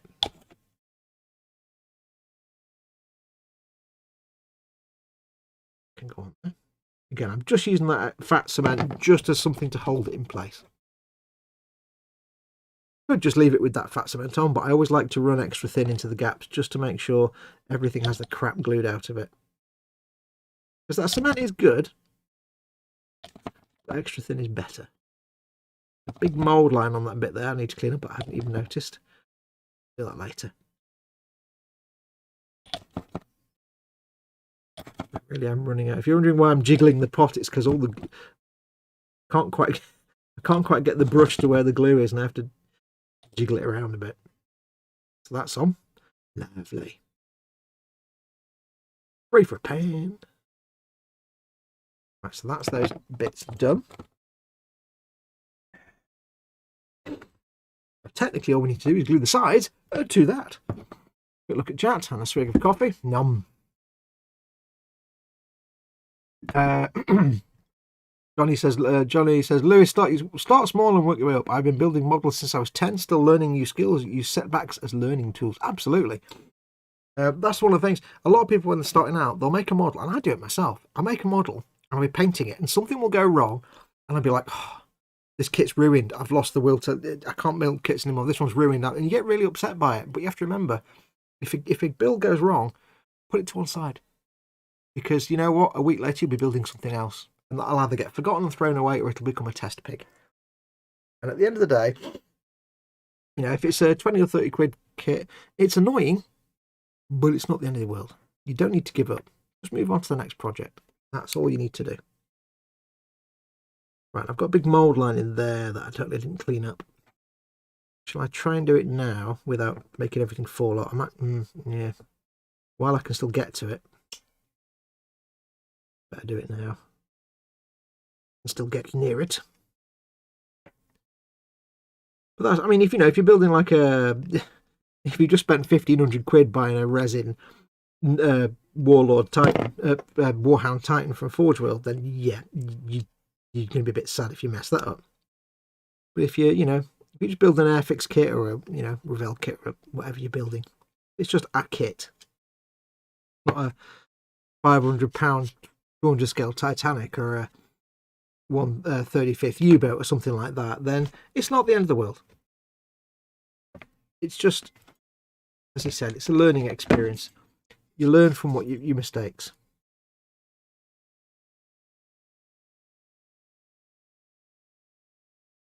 Quote Admiral Kirk, we learn by doing. Or was that Spock? I think it was Kirk.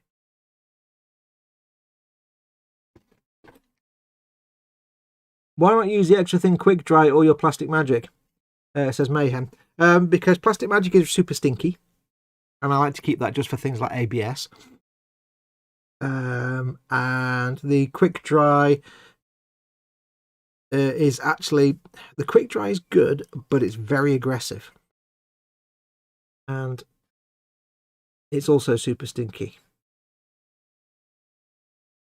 So, I mean, quick dry smells kind of like neat acetone with death thrown in. So I really try and restrict that to when I absolutely need quick blip of stickiness. It flashes off twice as fast as extra thin, but it doesn't half stink. And if you work with extra thin for like a couple of hours, you'll get a bit of a glue headache. Just you will anyway by default.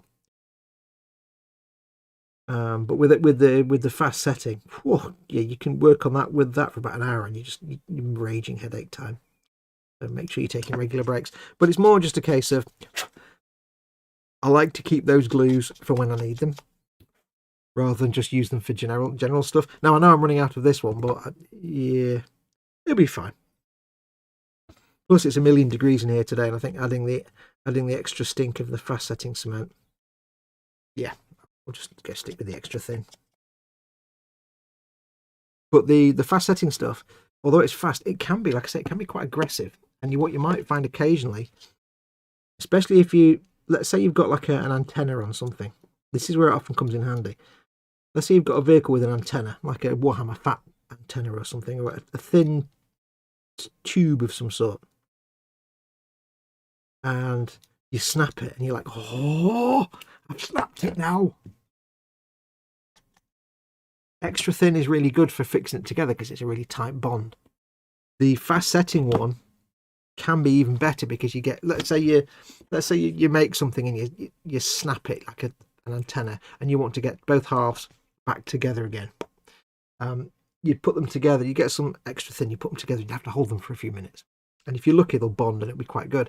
The fast setting one does it faster, but it also melts the plastic a bit more, which is weird. So with something thin and spindly, you use the fast setting stuff, you put them together and it's like bleh, and it can take, although it's fast setting, it can take long.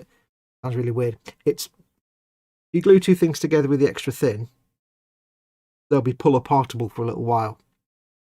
With the fast setting, unintuitively, it will take longer to fully cure than extra thin. It'll still be wibbly wobbly. So if you glue two things together, they'll still be wibbly wobbly as you're trying to get them to set.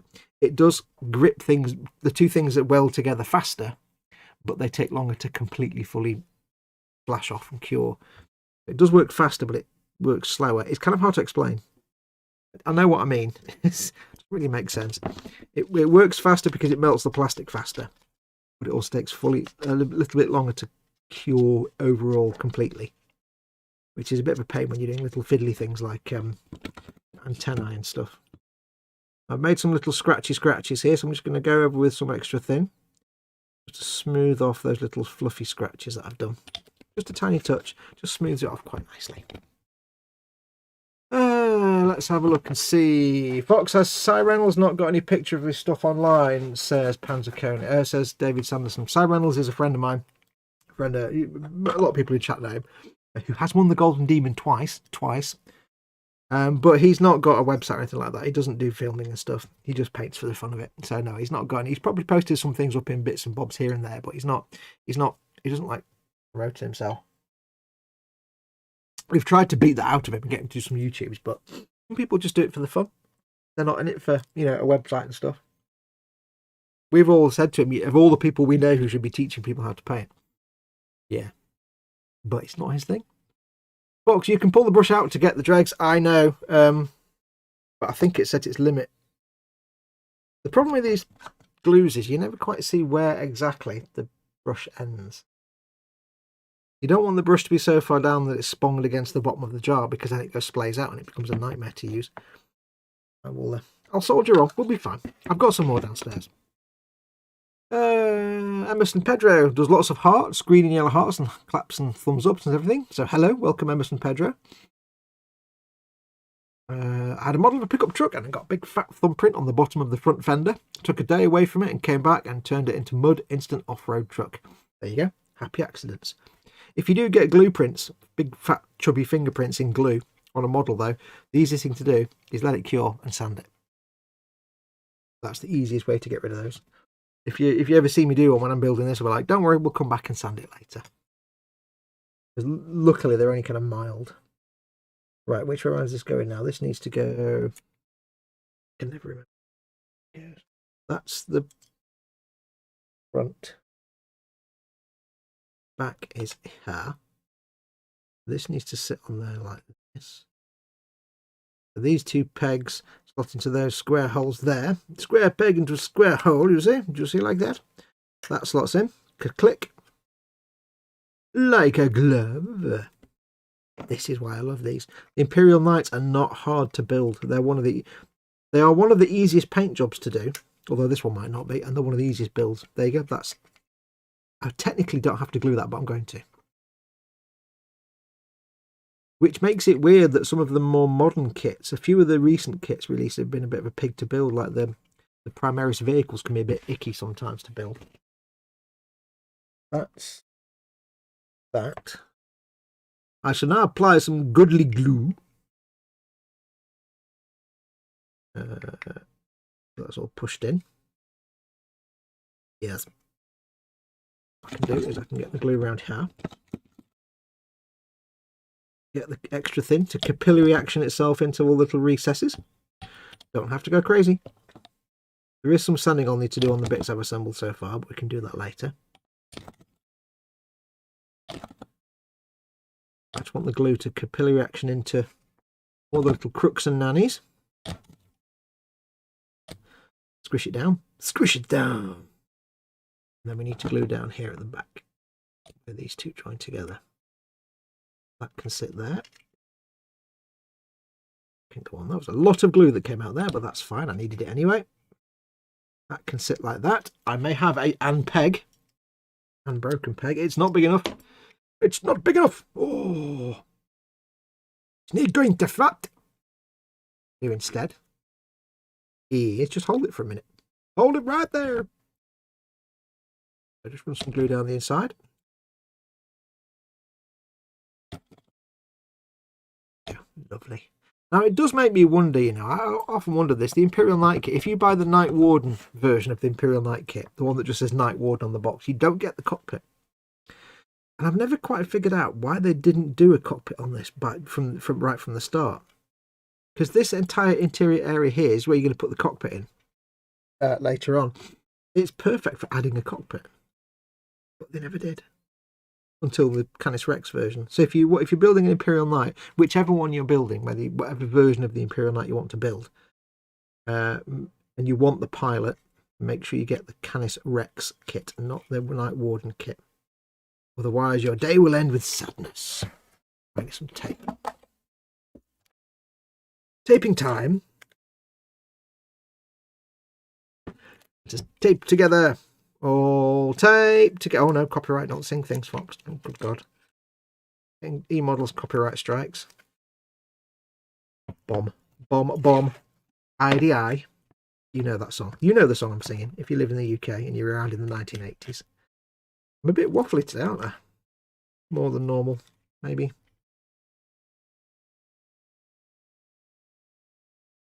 Together quite nicely. Any more on the inside there? I can't quite get in there. Should be enough anyway. I've got on there, I think. A little bit down on the bottom here. Now again, this is inner frame parts, and I'm not going to be, although I'm going to paint this correctly to look like Canis Rex. I'm going to use the correct Canon colour scheme, obviously, because I'm building Canis Rex. I'm going to weather it because it's hundreds of years old and it's been through some wars. So I'm not going to do a nice clean build. So all these little bits here where we've got this stuff glued together, I'm not too fussed if it doesn't look perfect because it's going to be covered in oil and grime and dust and dirt and all kinds of stuff in there. I'm going to hide away. So not going for absolute perfection on the inner frame parts. Mayhem says, throws a Nerf ball at Foxx. Bong! It grips quicker but bonds slower, says David. Yes, that's the words I was looking for. Foxx, what colour are you going to prime this, says David. I don't know. I've not thought about that yet. Because it is, if you look at the Canis Rex himself, themself, are knights he's or she's? I don't know. If you look at the actual Canis Rex itself, it is mostly off camera. Hey! It is mostly silvery goodness. It's all silver, silver, silver, silver, and gold trim, obviously. And the pauldrons are red and white. So red half, white half, and then it alternates. So a lot of it is just bare metal. And I'm not really sure how I want to do that. I'm not even sure how I'm going to do the bare metal colour yet. I know what colours I would use. I mean, ignoring this list here. They give you painting guide colours and the instructions, but ignoring that, I know how I would do the silvers, but you have to think about priming. Silver and metallic colours always work better over a black primer.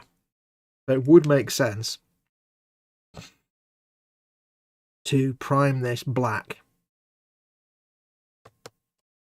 and then work from there. But I've not even decided yet if I'm going to airbrush it or brush paint it. I don't even know yet.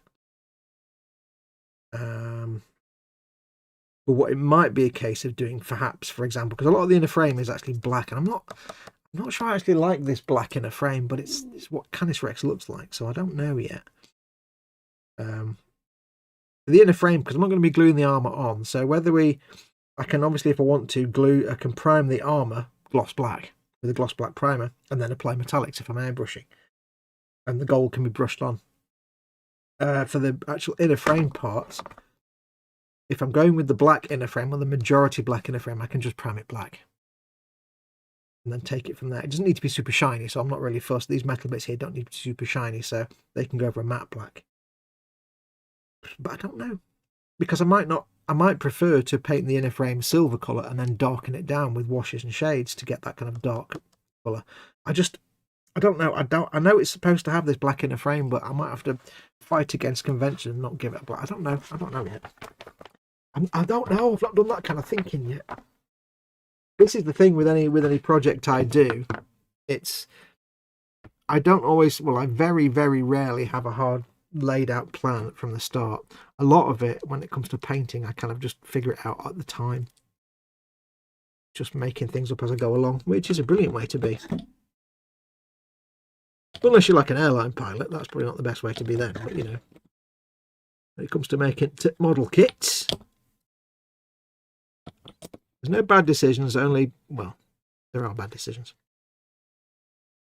No mistakes, only happy accidents. Right. What's next? 27 and 26 need to go on the sides there. So I don't know yet. Possibly the armor, I think I will, if I want to get I will want to at least start with a really shiny, because it's mostly bare metal. I'll want the silver parts to be really shiny silver. Then I'll go in and weather them and make them look terrible. But as long as I start with the shiny silvers, I'll probably do them gloss black. But for the frame, like I say, I'm not quite sure yet. Possibly black, possibly not. Right, what we do? I want 26 and 27. 26 and also 27. Yeah, that's it. Big. But like I say, because the inner frame isn't going to be super, super shiny, of course, I can afford to use matte black primer. If I wanted to start with matte, I could afford to use a matte black primer there. And go in with the metallics on that. But again, it depends if I airbrush or brush paint. I don't even know if I'm doing that, what I'm doing there yet. Often my decision whether to brush paint comes down to, can I be bothered getting the airbrush out? It really does. Since I've started to learn how to do brush painting and how good results you can get with brush painting, it really has made me not want to do airbrushing anymore, because sometimes airbrushing can be rubbish and boring and tedious.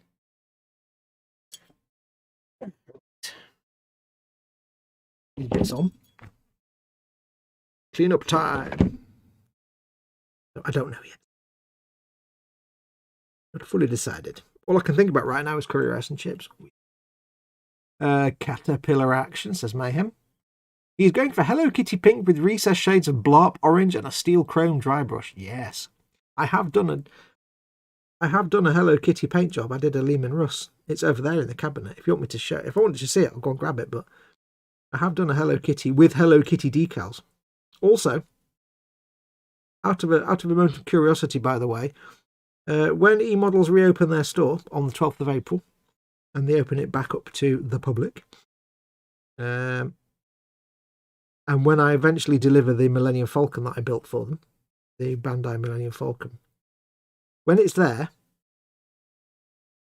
if it's in the cabinet at the front where the customers stand, have a good look at it.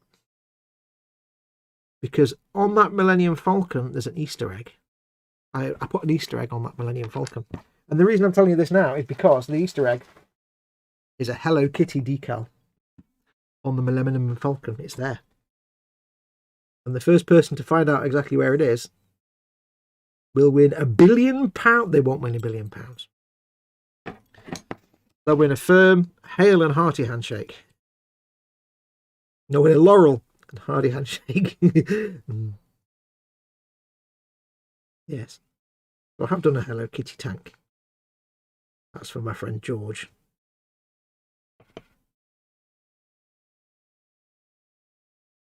And that will be going to him when I can eventually send things through the post. One day. When the world is no longer on fire. Chat doing. Is Fox waffle like street waffle, and where can I buy a pack? Trust me, you don't want Fox waffle. It goes on for ages. David Sanderson, okay, got to... I'll say that again in English. David Sanderson says, okay, got to go now. Bye. Thanks for coming in, David. Take care. See you soon. We break for no one, says Mayhem. What? No sticker? Sticker? What? Nope. Well, I don't work for eModels, so I can't give stickers away that aren't mine to give away, if you know what I mean.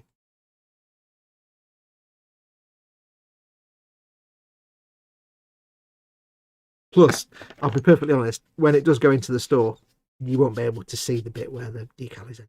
So, tricked you. But there is a Hello Kitty decal on that Millennium Falcon. That's a little Easter egg, because I like doing little Easter eggs. You've got to have fun when you do your builds. I'm not one of these serious, make it accurate rivet counter type. I don't care. I'm here to have fun.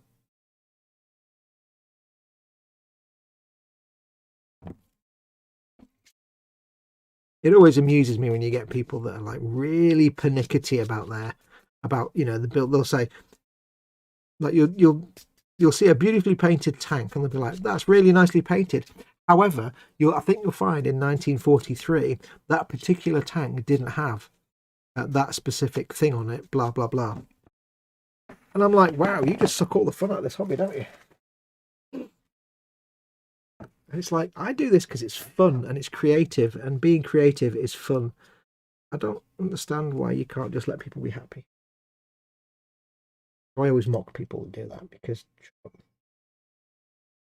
Right, so these just need to go on the side here, like that, you'll see. How does this go on? This goes on like...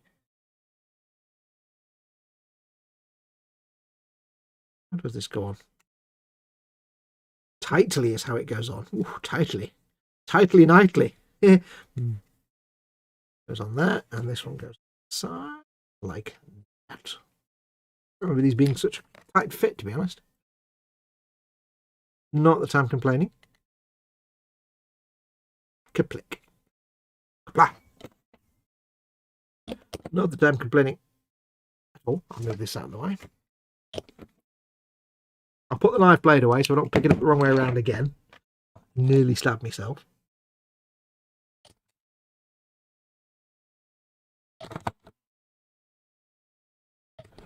They do get a big gap under there, but you can't actually see under here on the finished thing. Doesn't really matter. Yes, I've never understood people that are that ferociously... I mean, I know if you're making like a real-world vehicle, like a tank or a plane or something, of course, yes, you're making a miniature version of something that actually exists. And there's nothing wrong with wanting to be accurate. That's fine. That's not, it's a laudable intention.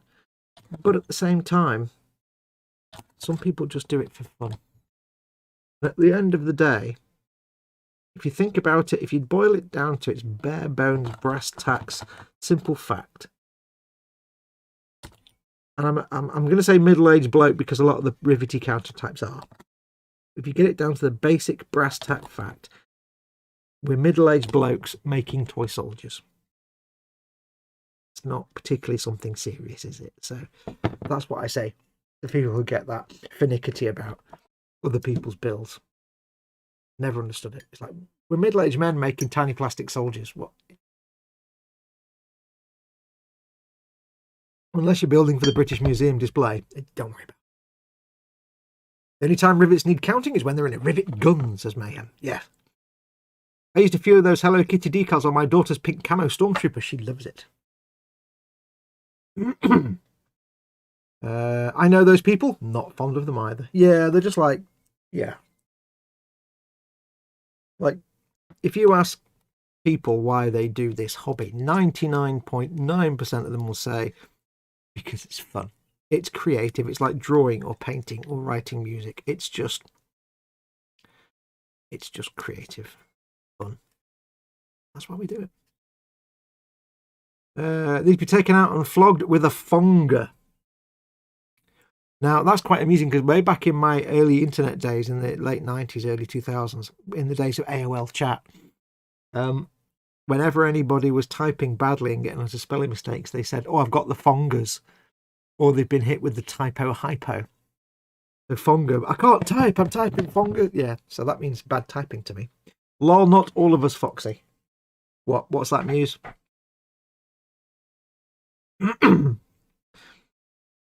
I know I was saying like middle-aged blokes, but like whenever I've met someone who's been that kind of rivet countery annoying person, it's always been a middle-aged bloke. It's never been a woman. Because women are just smarter than men. Men are just simpletons. We are just simpletons. We're just simple creatures. Women are like, I'm making plastic soldiers, what? You guys are too smart to be so pathetic and petty. Right.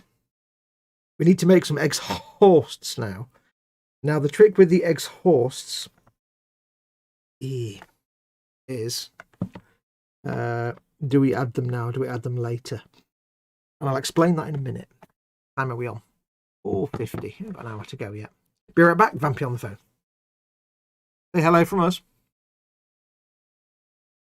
Right. I'll just see if my buttons are still working. Should we see if buttons are working? Slap it on. Yeah, buttons are working fine. Just give you a quick TED there. Right, so we need 113, 114. I'm going to guess 112, 111. Time for the exhaust. Where's my exhaust? Right, if there's one bit of any Warhammer kit that I love painting, two things. Exhaust stacks and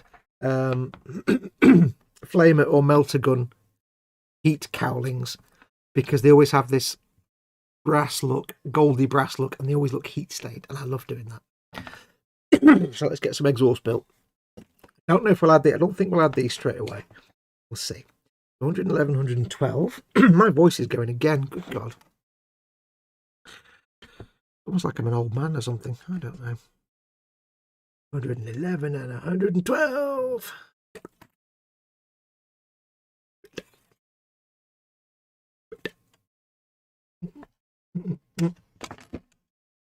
Get those two done first.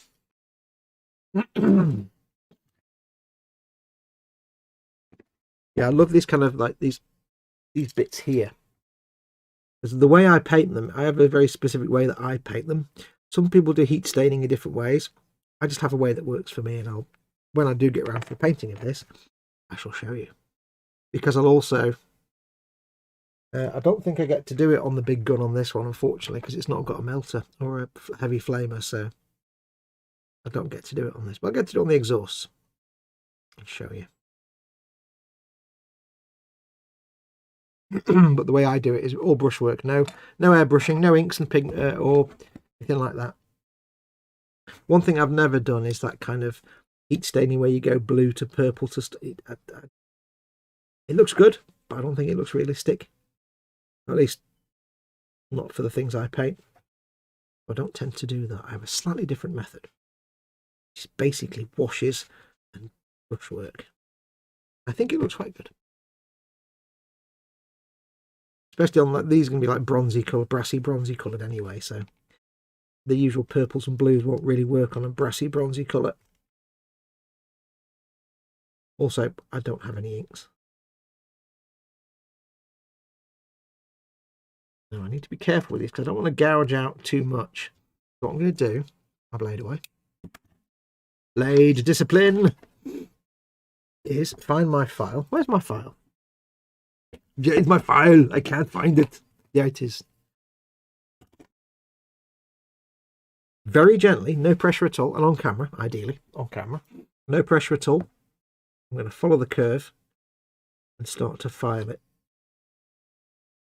I do find files sometimes are much better than sanding sticks or sponges when you want to just quickly file down an errant nub or thing, because they're a bit more aggressive, but they're also, although it's more aggressive, they're also cleaner. They don't leave as many sanding scratches if you do it right. So no pressure at all. I'm hardly changing the shape of anything. I'm just taking down that nub. And I will sand it in a second. It's just I want to get that nub away first. If I keep trying to carve away with the knife, it's going to do me no favours. Now what I want to do here is I want to maintain the curves. Remember that. What I'm going to do here now, I've not glued it yet, but I'm going to. I'll just reduce that nub a little bit. I'll do it while these are two held together so I keep the curve. But I don't want to go all the way, because the next step is going to also require filing and sanding there, and that's where we can do much more repair work. So I've got rid of the majority of the nub with that little bit of filing, but if I don't want to do too much, because if I file these two halves separately too much, if I file one side and then do this side, you'll end up with a step, because I'll file one side more than I file the other side. So I don't really want to go much further than that. I need to get these two glued together, but I need to get rid of this other nub first. There's a little nub there. One's not really quite visible, but this one can just be sanded, I think.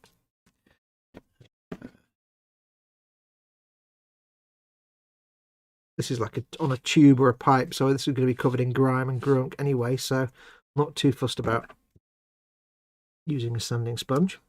It sounds strange to say that a file can be less of a destructive method than a sanding sponge, but it's just something I've been able to sort of develop myself. And I've used this is an old file from like B&Q that we've had in the house for like 30 years. It's old and knackered, but I've got I'm kind of so at one with it that I understand it implicitly how it works. And it's almost like an extension of my hand, and I understand the pressure I need to use with it. So it's kind of weird to explain that, but you will find as you go through your career, your model making career, you will find that you develop certain tools that you favour. And they may not be the relevant tools, they may be completely weird tools to use, but you'll start to use them and you'll become instinctive. It's like, I don't know. It just becomes an instinct. You know how that tool is going to behave and act. You know what results it's going to give you. And you trust it.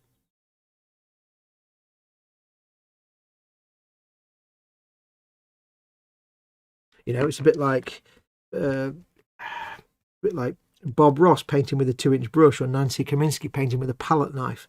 Nobody would think to paint with a palette knife, but she understood it. She knew exactly how it worked, and it gave her the results she wanted. Now, these two halves are going to go together. You know what's coming. These two halves go together. We're going to peel them apart a little tiny bit. Get the glue down the middle. We'll move this out of the way. The glue down the middle. Again, using the magic of caterpillar action. As in, the glue will suck into the gap.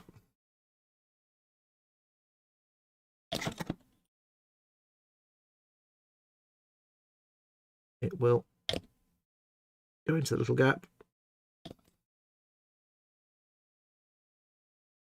I can hear a blackbird outside. What a delightful sound. And now it's had a few seconds. What I'm going to do is just very gently squish them together. Squish those two sides together. The glue's had enough time to melt some of the plastic. It will make this delightful, delicious bead of glue which will splooge out of the gap.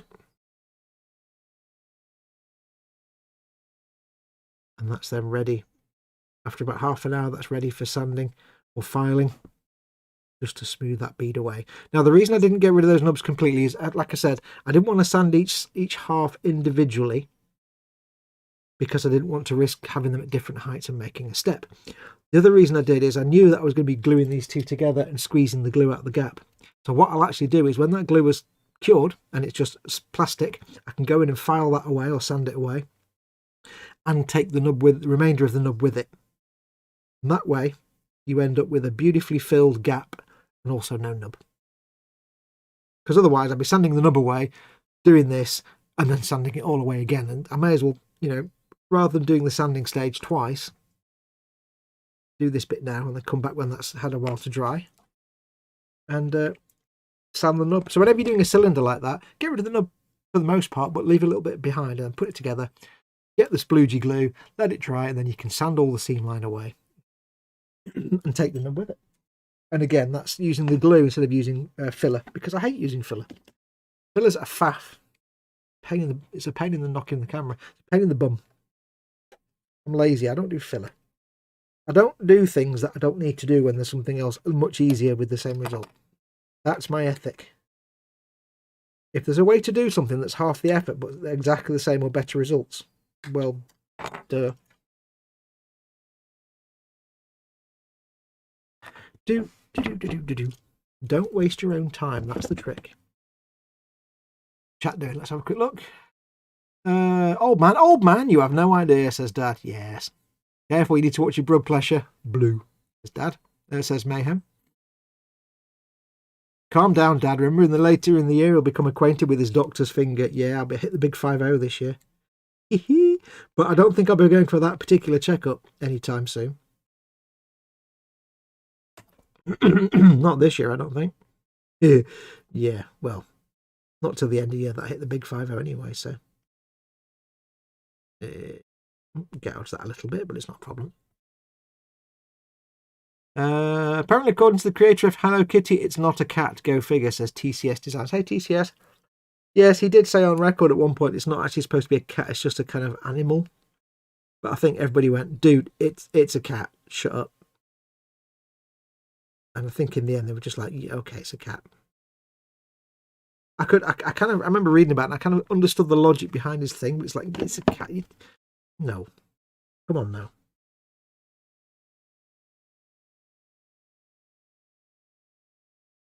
Like saying Daffy Duck's not a duck.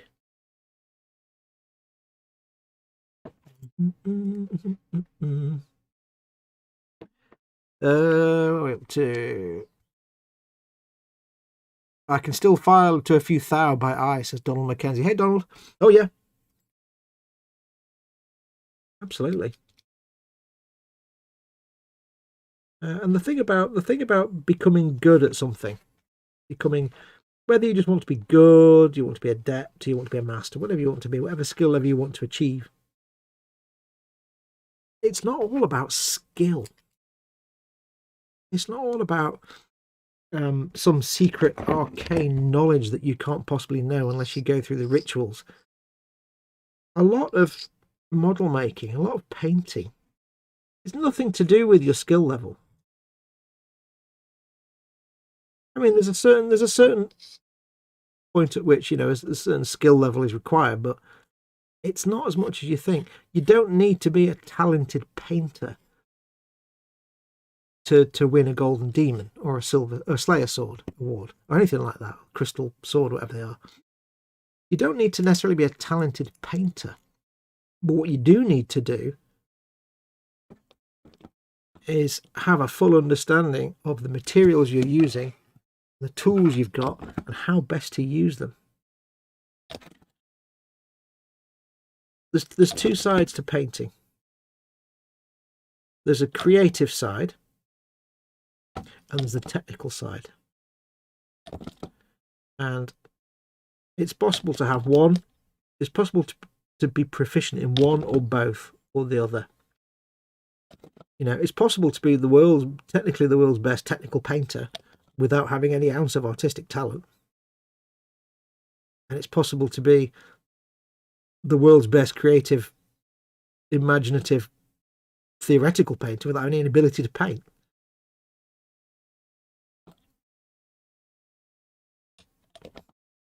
Those who excel, proficient at both, but you can still excel with just one. Because think about it, if you look at any tutorial or guide on how to paint something, it's not telling you you know, they're not always, most of the time, they don't talk about colour theory or, you know, how colours work or any kind of, they're not discussing artistic things. They're telling you technical things to do. Apply this here, use this edge of the brush, thin this paint this much. It's technical stuff. It's mechanical stuff. Getting a smooth finish with brush painting is not about having any artistic or ability or skill. It's about understanding how much that paint needs to be thinned, what kind of brush to use, how to use the brush, you know, how to apply the paint. It's technical stuff.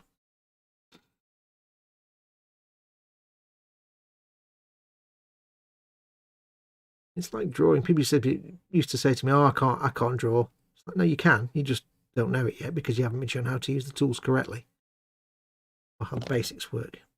Now, drawing's a bit different because you need to have some artistic ability to interpret what you see and put it onto two dimensionals. But when you're painting a model, you're just putting colour onto an object. That's all you're doing. Oops. All you're doing is applying colour to something. Now, there is some artistic interpretation there. You know, people that freehand amazing pauldron designs and things like that, yes, there's some artistic knowledge as well. But a lot of it is just technical. How do I use the tools I've got? What is the best tool for this job? How do I, you know, apply this pigment or colour, whatever it is? And that's what I do. I teach people how to do these things, the technical side of it. And I can't teach you paint something that looks cohesive and makes colour sense or is interesting on an artistic level, because that's something no one can teach a painter how to paint an interesting painting. Because when you do a creative thing like painting 2 or 3 dimensional, you're putting your heart and soul into it, your interpretation, your way of seeing the world, your understanding of things goes into that. If you take that out, you're just applying colours. But again, you can still get fantastic results. So people that say I can't draw and I can't paint, don't be put off, because you can still get the most amazing things even if you just learn how to paint physically, technically, and that's how to use a brush, how to use paint, how to mix. It's a lot more accessible than you think. I don't even know what my original point was now, but I kind of lost it. It's gone. Never mind. Folks, you don't go for that kind of appointment. It just kind of happens. Well, yeah. I've been cleaning up the work area since Foxx started, says William Rayborn. Looks better, but not done. Seriously, Foxx, have the checkup. It saved my life. Oh, we get them by default. When you hit 50, they say, right, come for your prostate exam. We don't have a choice. But I'm not 50 yet. Google says that the creator said it's not a cat, it's a little girl. It's a cat. It's a cat. We all know it's a cat.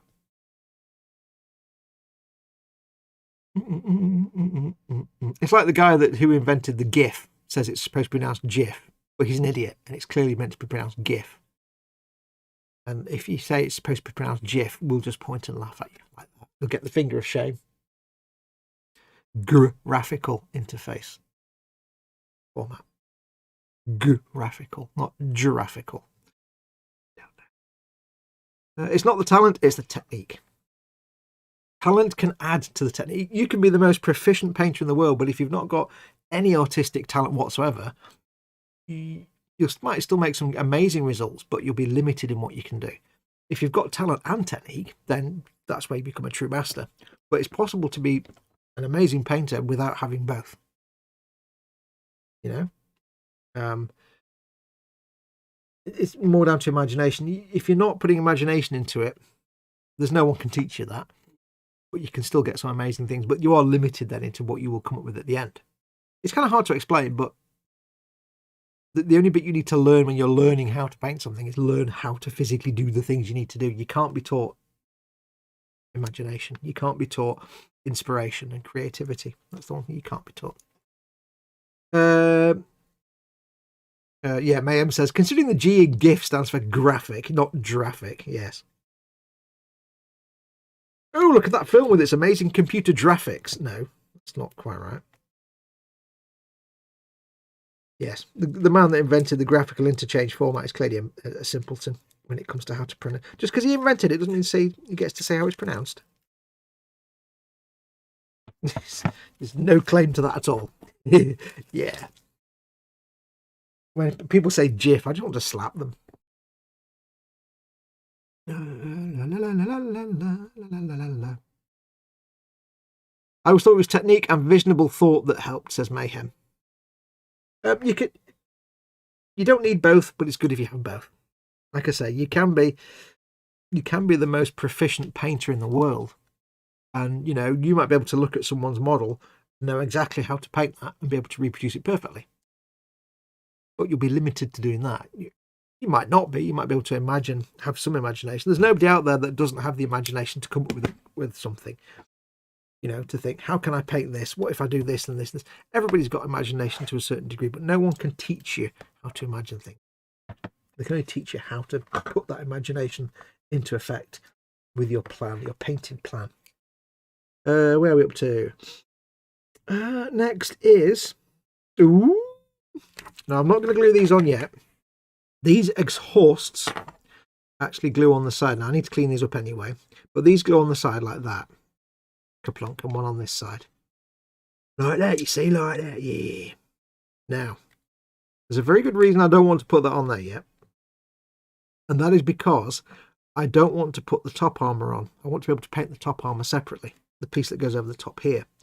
Now, when you put these exhausts on, it can make it a bit tricky to get the top armour on, because it's a very tight fit. And what you might risk doing is you might paint the exhaust beautifully and paint the top armour beautifully, the top of the carapace, and then just go clunk and scrape it down and take all the paint off your exhaust. So what I would suggest is don't glue these on yet. When it comes time to glue them on, when you built them, when you're painting, paint these separately. Keep them all separate. If you want to, what you could do, if you really want to get them in situ to paint them, is put the tiniest amount of super glue, CA glue, cyanoacrylate glue, the tiniest molecule of super glue, and put them in place and paint everything. And then when it comes time for final assembly, because you've only used a tiny amount of super glue, you can snap them back off again. Don't put a lot of, literally a tiny microscopic dot of super glue, just enough to hold it in place while you're brushing it. Might even do that now, actually, because super glue is brittle and you can snap it back off. I won't do it now because I've got to sand those. If you put a lot of super glue on there, it's never coming off again. But the tiniest touch of a cocktail stick to one of those little balls, click. Same way if you're painting a figure, and what you might do sometimes if you want to be able to, for example, paint a figure with a cloak, is you might temporarily glue him to a base to prime him and get everything ready. So you might, like one tiny touch of super glue him to a base, prime it, and then snap him off again with no effort, ping, and then you can get into the cloak then, and you can glue him onto his base. You should never be afraid to use CA glue or super glue to temporarily fix things. When I did I was doing some tests the other day on these Space Wolf heads, and I wanted to prime one to see what these 3D printed Space Wolf heads look like. So all I did was I got a cocktail stick and the tiniest touch of super glue, and I went clonk, stuck it on, went outside and primed it, and when it was done, snap it off. As long as you use the tiniest molecule of super glue, you'll be fine. And what I'll do is once I've cleaned these up, I'll show doing that. Because that way I can paint it in situ. Because the only risk is, of course, if you paint this separately, there's always the good chance that they won't quite match. The weathering will look a bit different. So if you want complete continuity, you don't have to, but if you wanted it, you could temporarily super glue it in place, paint it, weather it, and then when it comes time to put it back together, pop it out, put the carapace on, bit of glue in there, regular polystyrene cement, plunk. And of course, if you only put super glue on one of these little balls, then you can put the polystyrene cement, when you come to glue it permanently, inside there. Let's see, I super glue that bottom one there, temporary fix, ping, proper polystyrene cement, permanent fix, done. So never underestimate CA glue. It's a gun, innit, says Mayhem. Considering jig is a cleaning problem, or even jiff even. And I think the joke died when you misspelled jiff. And it's not jiff anyway, it's sif now anyway, because it's got a C on it. So even that joke doesn't work anymore. Rubbish, isn't it? That was meant to be jiff, but autocorrect gremlin corrected it. Ag bowl consumed. You didn't tell us you had spaghetti bolognese. We did the bench and belly quest. You never at any point mentioned spaghetti bolognese. Also, spaghetti bolognese at 4. I approve of this plan. Right, so let's have a look and see. What's the next step then? Next step is to assemble the head bonds area. Bonds of headage. So we're on 5:15. I need to sneeze, I think. Again, I might not need to. Oh, yeah. Okay, I did need to sneeze. Oh, matron, the screens. Woo. Excuse me a second. Oh, hey, that came from nowhere. Watch Foxx live. You get all the body functions. Well, not all of them. Welcome back, Sarah Jane. How was your spag bowl? Not going to be as nice as my curry rice and chips homemade tonight, I reckon. Right, so for the head we need 40, 46 and 47. I think we're going to need 1 sprue. That one I just dropped is probably all we need. That's not the one we need. I don't think, not that one. Not that one. They have arranged the bits on the sprue kind of logically in to a certain degree in certain areas, so I'm grateful for that.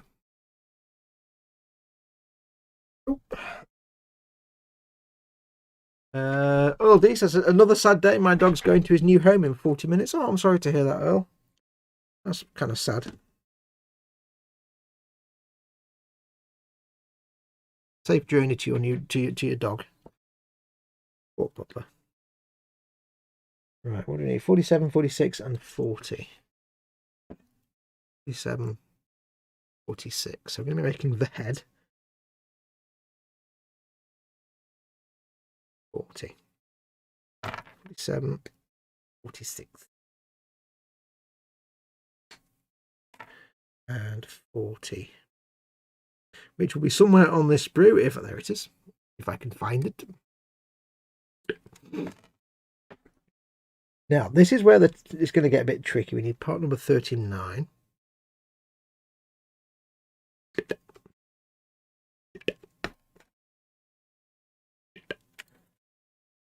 Right, taking things off the sprue noise. Part number 39 is the actual face. You won't be able to see it on camera, but the actual face, the looking face. And we also need 48, 49. 48 and 49. Those two. I won't take too much off the sprue because I might not get it all done by home time. I don't want to be left with a load of bits sitting around for a week. So let's do them for now. So that's them, there, thems. A nice cool breeze coming in from my open window and not actually any kind of squirrel, which is good. I'm quite more than happy if cool squirrels don't come in my room right now. So let's get these cleaned up. The tricky thing with the head is you're meant to be able to leave it so it's movable and posable, but I don't really care about that. But it's also, if you install the head right at the start, how do you get behind it to paint? I'll show you what I mean in a minute.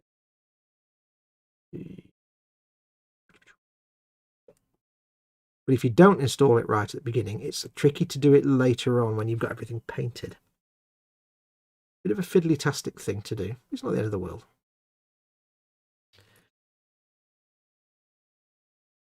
Nub. Nub.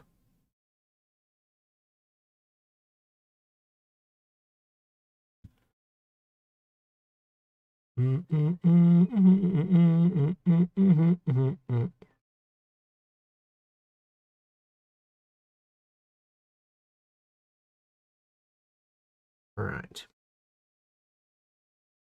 The nub's taken off. Apologies if my head keeps coming into the shot. I've got no idea if it does.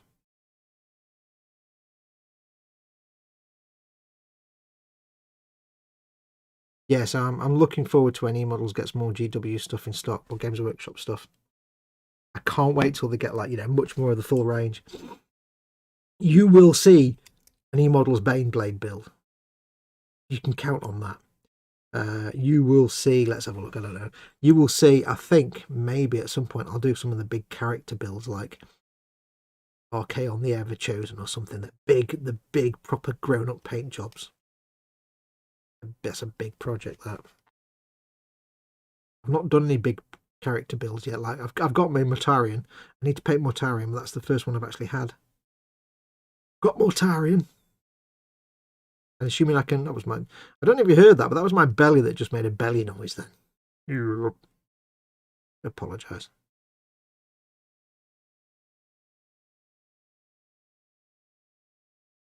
Quite looking forward to painting Mortarion.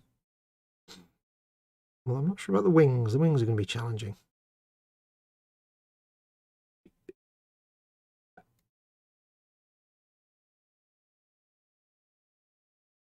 Nubs off.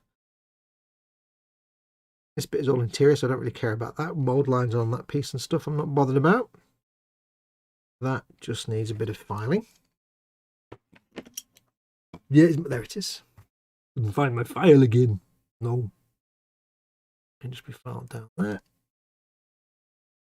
Sometimes it's faster just to... Where you've got a flat surface and you want to try and keep it as flat as possible. Sometimes it is good just to file it rather than try and sand it. If you try and sand it, you might end up curving the edge of the surface. File can just very quickly get rid of any nub. I know I'm sanding it, but this is just sanding all the little dusty bits off, the little fluff, this filing fluff off the edge. Now, this is a pipe. This is like a coiled tube. And if you remember, we've got mould line issues here because you've got a mould line going down the middle there, which I can scrape off, but you've got a mould line going down here where the ribbed tube is, I think. Actually, yeah, it is there. I'm going to have to scrape the mould line off here on the smooth piping. Scrape it off on the ribbed piping. Think of it like the exhaust tube for your washing machine or for your spray booth if you've got a spray booth. Kind of ribbed, stretchy stuff. Or your shower head cord thing that the shower head goes to. Right, so we've done that, but what we need to do is we've taken the mould line off the ribbed, well, you can't really see it, the ribbed texture. We need to get it out from in the gap, so a bit tedious but very quick. I need to run along where the mould line was with my scribing tool and just scrape it out from between the little ribs as best I can. Not always possible, especially when you can't get close enough to see it. Yeah, it's not too bad actually. It's actually quite a really mild mould line on there, so once that's painted you might actually see that anyway. Cool, so minor cleanup. If it was a big wide pipe with massive ribbing on it, you'd have to work hard to get rid of that mould line. This seems fairly small, really subtle, and it'll have a wash on it to go into the recesses anyway, and that will hide that little line, so that's pretty good. A little bit of gentle sanding, very gentle sanding.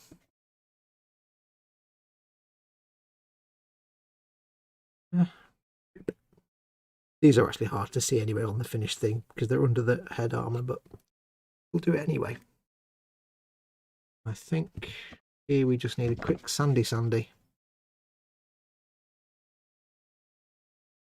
to clean up. Yeah, and these all go underneath the head armour regardless, so very too much.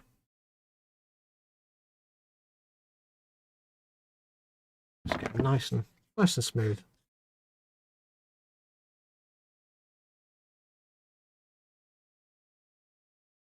Yes, I can't wait for them to get more stuff in stock. Oh, the fun we will have. Right, so just scraping tool on that, it's faster.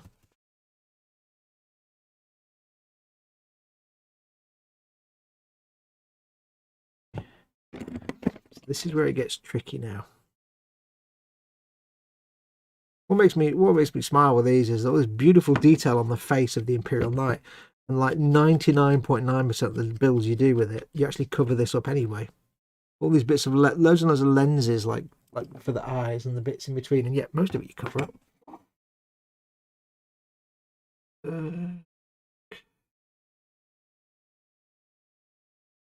Let's have a look. He bit my son on Monday. It's a bit rough and has some learning difficulties and can't see the danger. It's not a bad bite. One tooth went in a tiny bit, but can't take the risk. That's why his dog's having to go somewhere else. Aww. He's a Saluki greyhound. He's going to a bloke I know who works with dogs. He'll be catching rabbits and other furry things. Aww. That's the thing. I mean, some dogs just aren't. Some dogs are, you know, good around kids, and some dogs maybe not suited for it. But as long as he's going to a good home, it's not all bad news. It's a shame for you that you've not got a dog now, but you can always get another dog, I suppose. Right, so it's gonna we have on the inside of the head, you have these two holes here. On the bottom one, you want this peg to go in that way with the straight edge here, like that. So it's got some wiggle. Let's take that knob off the back there. These out of the way.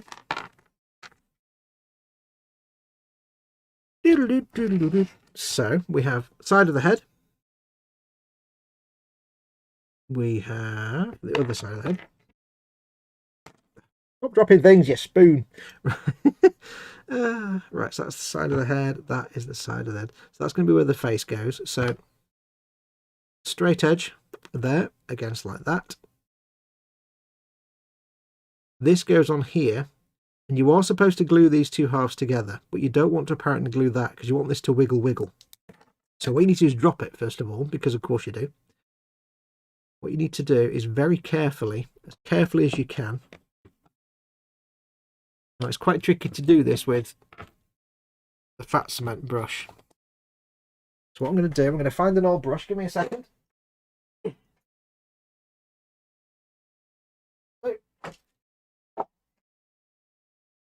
It's quite tricky to do this with a big fat brush, so I'm going to get myself a little fine brush. What you want to do, you want to put a little tiny, that's not the rest brush really, never mind. Tiny bit of glue into that hole there. That hole there. Little, not holes, but little recess, you know what I mean. Don't use a good brush for this because it will knack your brush. What I need to actually get some glue in there, don't I? What I want to do is get enough glue in there it's going to stick, but not enough that it's going to splooge out and go into the little mechanism. That together and squish. Hopefully, although we didn't put a lot of glue in there, hopefully it was just enough to stick those two halves together. Now what I can do with the extra thin, because it's way at the back, hopefully nowhere in it, place it's going to affect it, is just run a little bit there just to suck into that gap at the back. That might be just enough to add to it, but not so much that it's going to affect this. This piece needs to still move. If it does, if you do build this and it does glue into place and you glue it up and it doesn't move, don't worry, it doesn't actually matter anyway. Because having a posable head is not a big thing on this model. Ruined that brush now. Well, not ruined it, but get a bit of tissue.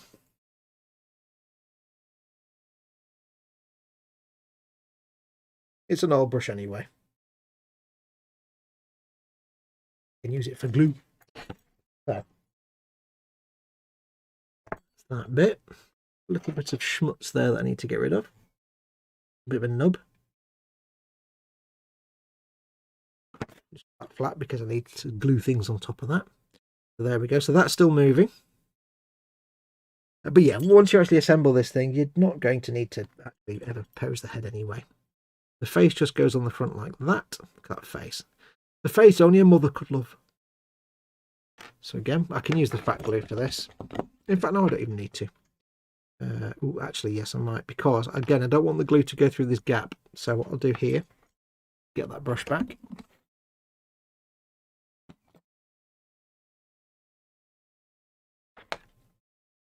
And just put, how's it going to go on like touch of it up there, I think. Touch of it up here like that. That should be more than enough to hold that in place. And then do it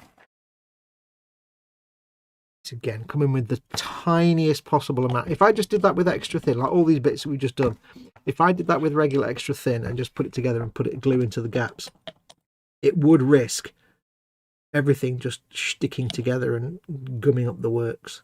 So the tiniest touch here and at the top. Give it a little bit of extra grip, and that should still move. Perfect. Keep wiggling it around every now and then just in case it wants to seize up. So there we go. There's a face only a mother could love. Look at that.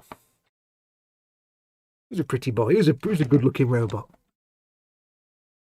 Some doggos need time and patience, and some doggos don't have the patience to be poked or prodded, says Mayhem. One of my co-workers had 2 huskies. The big male should have went for the snip, but she didn't do that, and it led to the 2 dogs fighting for domination over each other. In the end, he snapped and went for her.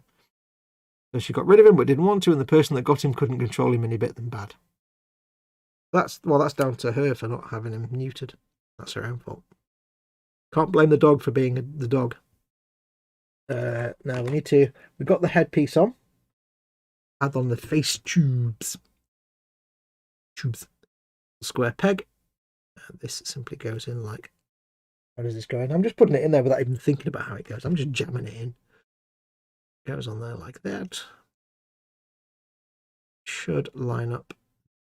Yeah. These tubes just sit on the side. I can extra thin that on there. This won't go into the gap where the jointy bit is. That's fine. Oops. These just need to sit in the little gap. There we go.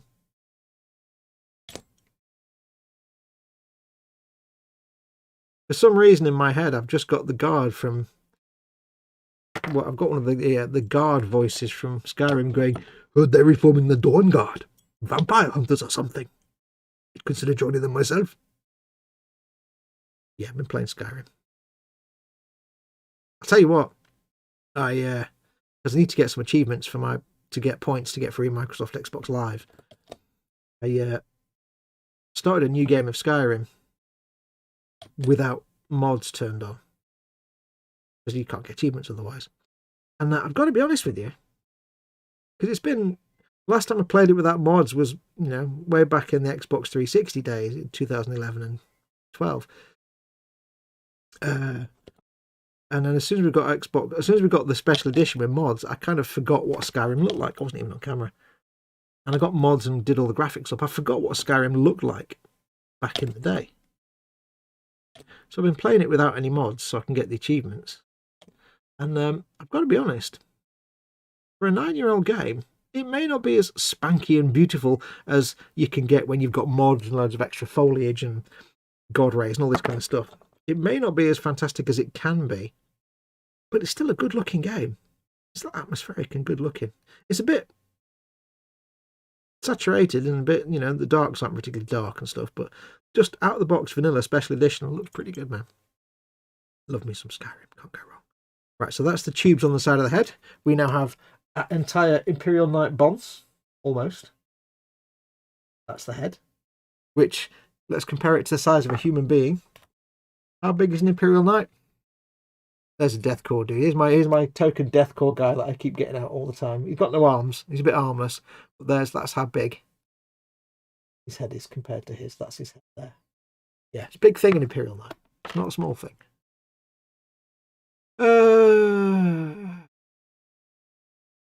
Mayhem says, always agree that a rescue dog should be given a home over people who sell puppies. Dogs in shelters, pals should be given a loving home. Yeah, absolutely.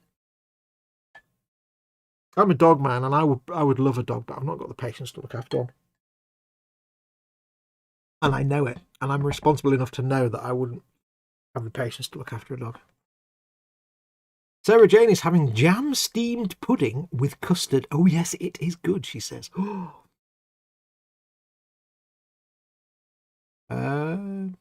It's hard because all pets end up being part of the family. It doesn't matter if it's a cat, a chinchilla, a daegu, or what's a daegu? I kind of know what a daegu is, but I can't remember.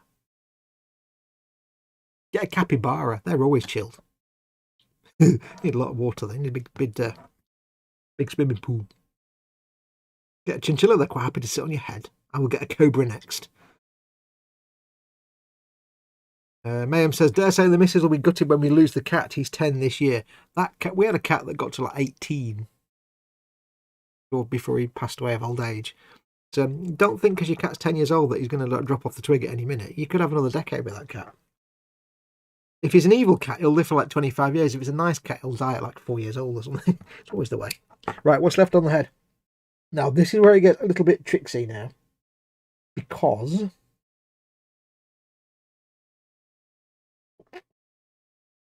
this is where we get a bit finicky. Because that's not the right sprue. Because, or as my old headmaster would used to say, because, I used to hate when he said that, because that's also not the right sprue. What? Yeah, it's the right sprue. Not there. Where's the... What sprue do I need? Hang on. Hang on. Because what happens is, head now sits. See this recessed bit here? This reset bit goes here on the torso. And the head sits in here like that. Now the tricky bit is, you're supposed to glue a bit on the top so you can keep turning the head like this. But the trick is, if you glue that in place to lock the head in, even if it's movable, how are you going to get around the back to paint it? Because you've got all that to paint. So what I'm going to do is I'm not going to glue the head in place. I'm not going to fix the head in place. And what you basically do is, there's two little sort of holes here. You have a bar that goes over the top and locks the head in place, so it's still turnable, but it's glued in. Now, it is possible to glue that so the head still turns, but I don't particularly care because it's a display model, not a plain model. So what I'm going to do is I'm going to paint the head separately, I think. And then when it comes time, getting here painted up, when it comes time, although having said that, it's only just like, well, no, I'll keep the head off. I can't remember how I did last time I did a night. I'll keep the head off, get all this painted up, but then I can always glue that in place, spong it in there later on, because I'm not going to have it as a wibbly wobbly head anyway, so yes. Same here. Well, not the whole lack of patience. It will just be left to me to walk and look after, says Mayhem. If you're getting a capybara, you need at least 3. And a degu is a big grey ball of floof that you need 2 of. Okay. Yeah, capybaras apparently are the new hotness. Capybaras are supposed to be really mellow animals and good with anything. Great with kids. But highly labour intensive. You need a big pool of some sort. So, to glue the head in or to not glue the head in? Take the piece of armour out. To glue or not to glue? That is the question. Whether it is nobler in the mind to suffer the slings and arrows of things you drop on the floor. And we've of course then got the head armour that goes over the top, but that can stay on the sprue. I'm not taking the armour pieces off the sprue at this point. Now the head armour that goes over the top of the head, because you have this neck piece here. That sits... Does this sit? That sits here like that. Like that, you see? And then the head goes in here like this, you see? The little bar goes across here, and you've got the wiggly head. But it's getting in there around the back to paint. You can do it, but it's when you've got the whole rest of the Imperial Knight, it's a bit... maybe I can get away with it. I don't know. I'm debating whether I should do it now or not. I don't know. I mean, I can glue this piece in here. But then you also have a piece of armour that goes over the top, which I can't remember if it's a pig to get in or not. In the fact. I don't think it is, because we're not putting the carapace armour on until the end anyway. No, that'll be fine. We'll be fine. I'll get this piece cleaned up and glued on. What time are we on? 22. I'll get this piece on. Might do was then for today. I don't really want lots of little loose bits lying around. That would not be a good thing to have.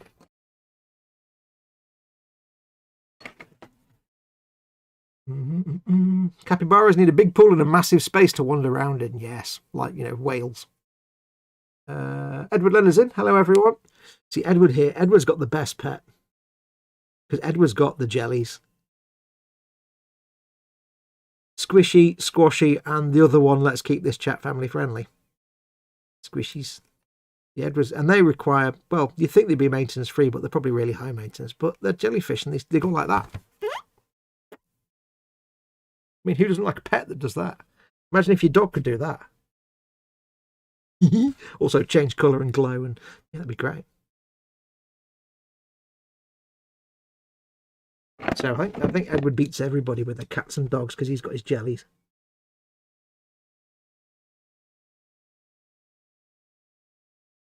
Because I mean, if you're playing pet top trumps, and anybody who's not a British won't know what this means, but if you're playing house pet top trumps, I think any time somebody plays the card where it's an animal with no brain, I think that's going to win for awesomeness. So all you people with your degus and your chinchillas and your cats and dogs and capybaras and snakes and spiders and worms and organisms, your animals are rubbish because they've got brains. They do things independently. Edward's squishies have got no brain whatsoever, and yet they still do things. How cool is that? See? Top trumps beats you every time. When I was a kid, we used to play top trumps. Again, if you're outside the UK, you won't know what this means. We used to play top trumps in the 70s and 80s. It was hilarious. Looking back on it now, it's hilarious because we play like sports car top trumps. You have a pack of top trumps with all these like cars in them. And the thing is, we didn't actually understand anything about cars. We didn't know what 12 valve or 8 valve or 6 valve or 3 litre. We didn't know what any of that meant. We didn't even know what V meant, because it was like 12V, 8V, 6V. You know, it didn't say valve, it said, and we didn't know what V was. We were like, you'd pull your top trump card, you'd be like, I've got this and it's got 12V. And then you'd be like, I've got this one, it's got 6V, and smaller is better because it's more faster. We used to think that like the less V your car had, the better, because it was more sports car. I don't know. We had very weird ideas about which things were better than other things in sports car top trumps. Whoever got the Lancia Delta Stratos always won, basically. Right, so that's that frontispiece done. That needs to go onto here like that. You see? It basically, quite simply, slots in like that.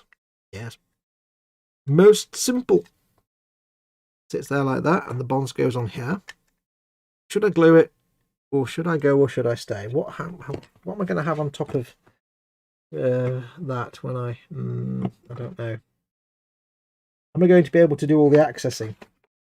It's been long enough since I've done an Imperial Knight that I can't quite remember the painting shenanigans that I did last time. We'll get this bit glued on. Let's just do this bit first. Quit your yapping. Get to your slapping. Glue. I like that. Quit your yapping and do some slapping of the glue. Use the fat glue again just to give it some grip. And splonge. And miss. And in. Excellent. And then the extra thin. Squish. Extra thin times. Get that in there and in there. Apologies if this is all hard to see. I do unfortunately have to prioritise what I can see rather than what you guys can actually see me doing. There is some cleanup still to do on this piece of inner frame chest armour. So don't lose the kittens. If seeing some mould lines and gaps and things, it's all there. I know it's there. Squishing and squashing and plink. There you go. Lovely. Oh, can I get the brush in there? Just about. Oh, not Canadian then. About. This may sound really weird. I don't know if you'll be able to see it, but this bit in here, this inside of that carapace piece, you won't be able to see it because of the lighting. But to me here, it looks like a trilobite. Looks like a trilobite, like you got the big head at the top of that little segmented. Yeah. When I was a kid, I used to have the little golden book of dinosaurs. which was an American thing, apparently. And it had pictures of trilobites in, and one of them looked just like that. You know the best thing about trilobites is that they're trilobites. Mayhem says, look at the simplarity. Good God, Citadel combat cards. Mayhem's obviously searching the Googles right now as we speak. No brain pets equals 100 XP, says Edward. Exactly. My pet can smell things a mile away. My pet can hear things a mile away. My pet's got no brain. I win. Hand over your money.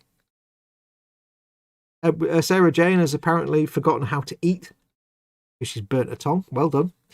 How long have you been doing the eating food thing for? On bits like that, I slap a bit of black on with the Sharpie. What are we talking about? Oh, blooming heck, I made the custard hot, she says. Oh dear, on bits like what, dude? I don't use Sharpies. One word of warning about Sharpies is they're not ink, they're whatever they are. They're not paint, they're ink. And the ink blues and fades over time. And also, it will bleed through any paint you put on top of it. If you ever made the mistake, don't make the mistake that I've done sometimes where I used to make a model and I'd write something on a piece to say this is the left and this is the right, like L and R, and then I'd prime over it and paint it, and after about a month you see this L coming through the paint. I'm like, oh, fudge. Yeah, don't make that mistake. Oh no, Foxx, you remember playing the card? I didn't know there were cards. Mayhem remembers playing the top trump equivalents. Of course, if you're American, you might not even know what top trumps are. You have our sympathies that you did not have the best childhood ever, which is what us Brits had in the 1980s because of top trumps and stuff like that. Imagine growing up and not having the joy of top trumps to scale extreme. It's not a life, is it? It's just not a life at all in the 70s and 80s. What kind of existence is that? It's a rubbish existence, if you ask me.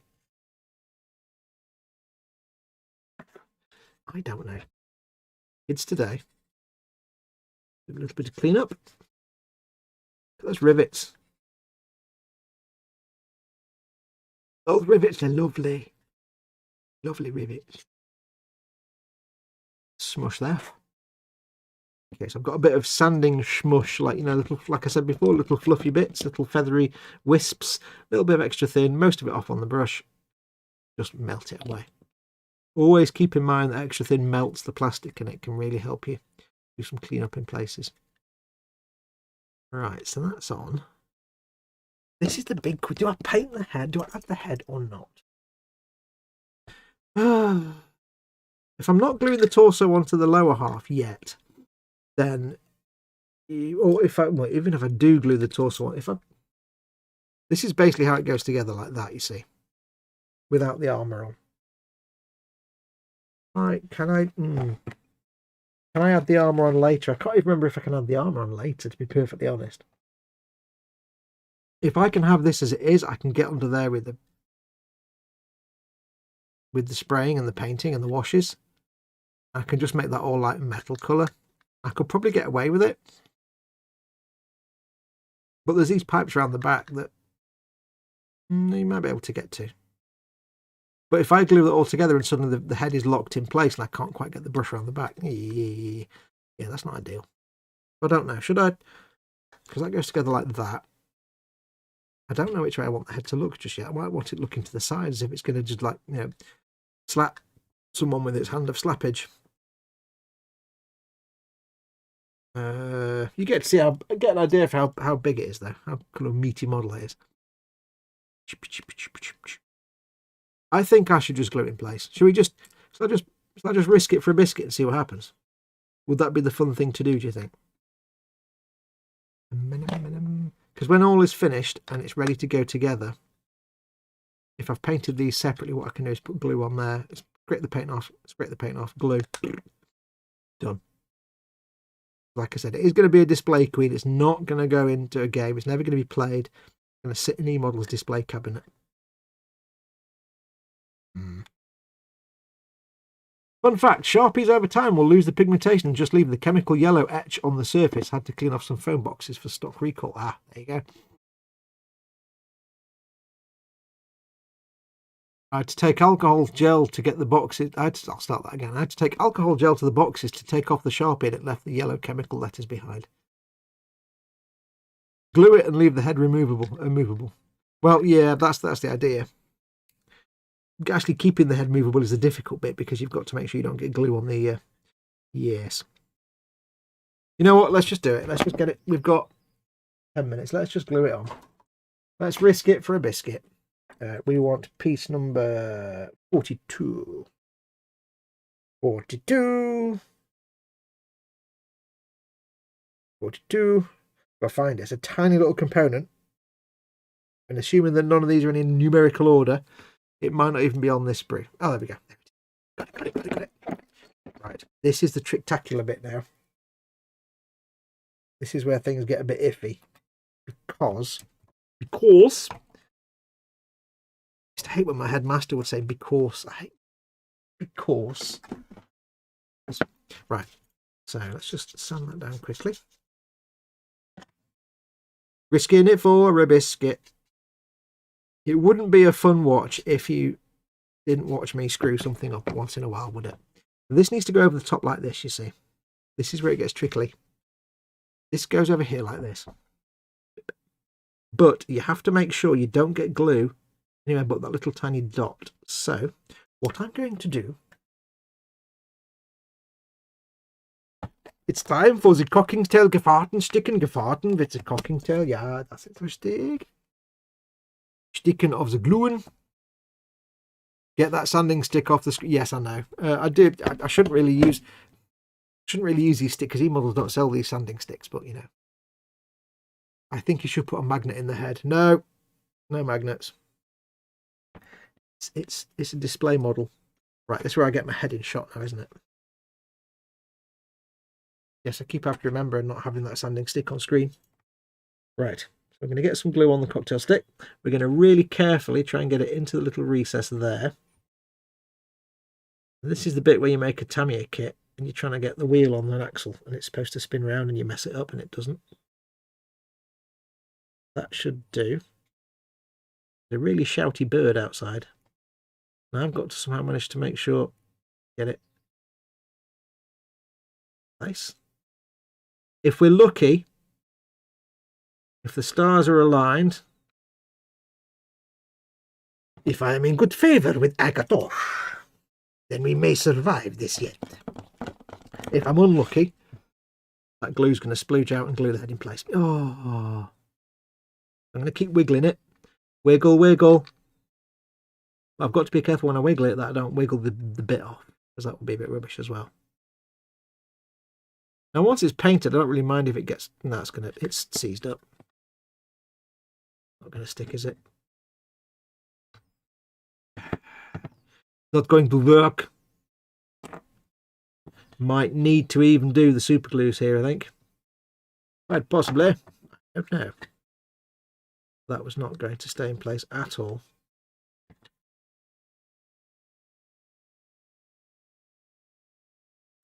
So we shall have to try something else. It doesn't help that it's quite a tight fit to start with. But it's getting the glue on this bit without it splooging into there. That's the problem, you see. That's the tricky bit. What I may have to do is just glue the head in place. I don't know. Just glue it into a position. And then I'll have to live with that. Let's have a think. It's going to be like that. It's going to have a slappy arm on this side and a shooty gun on that side. I think I should probably have it looking where the shooty arm is.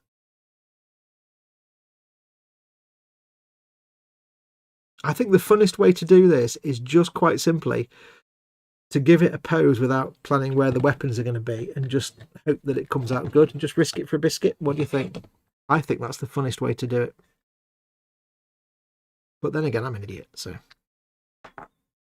let's try something else. This may not work because there's still glue in there, but let's try something drastic. Let's super glue it.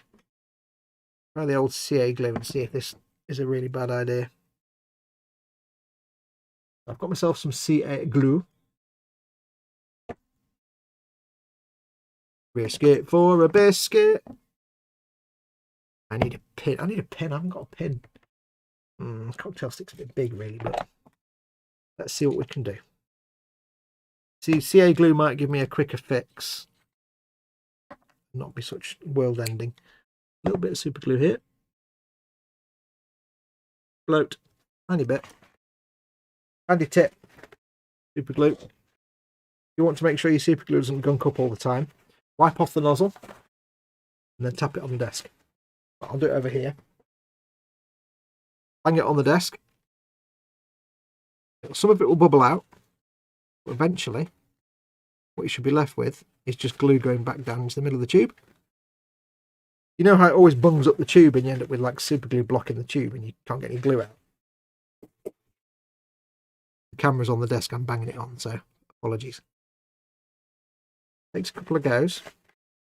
There, that's now a clear nozzle. Nozzle is clear. If I leave that for a minute, it won't bung up. Avoid bungage. Right, let's try this again. We'll give it another go. This may fail miserably, so I'll put the head in a position that might just about work.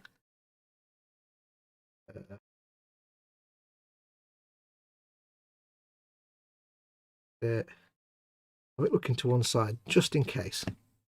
We'll get the tiniest amount of super glue. Yeah. Don't want the glue to splooge out, so I don't want a lot of it. That's what we're trying to avoid, sploogage. And luckily, you don't need a lot of super glue. I don't normally recommend CA glue because it's a pain in the bum, but it's risky for a biscuit. Leave it alone for a minute.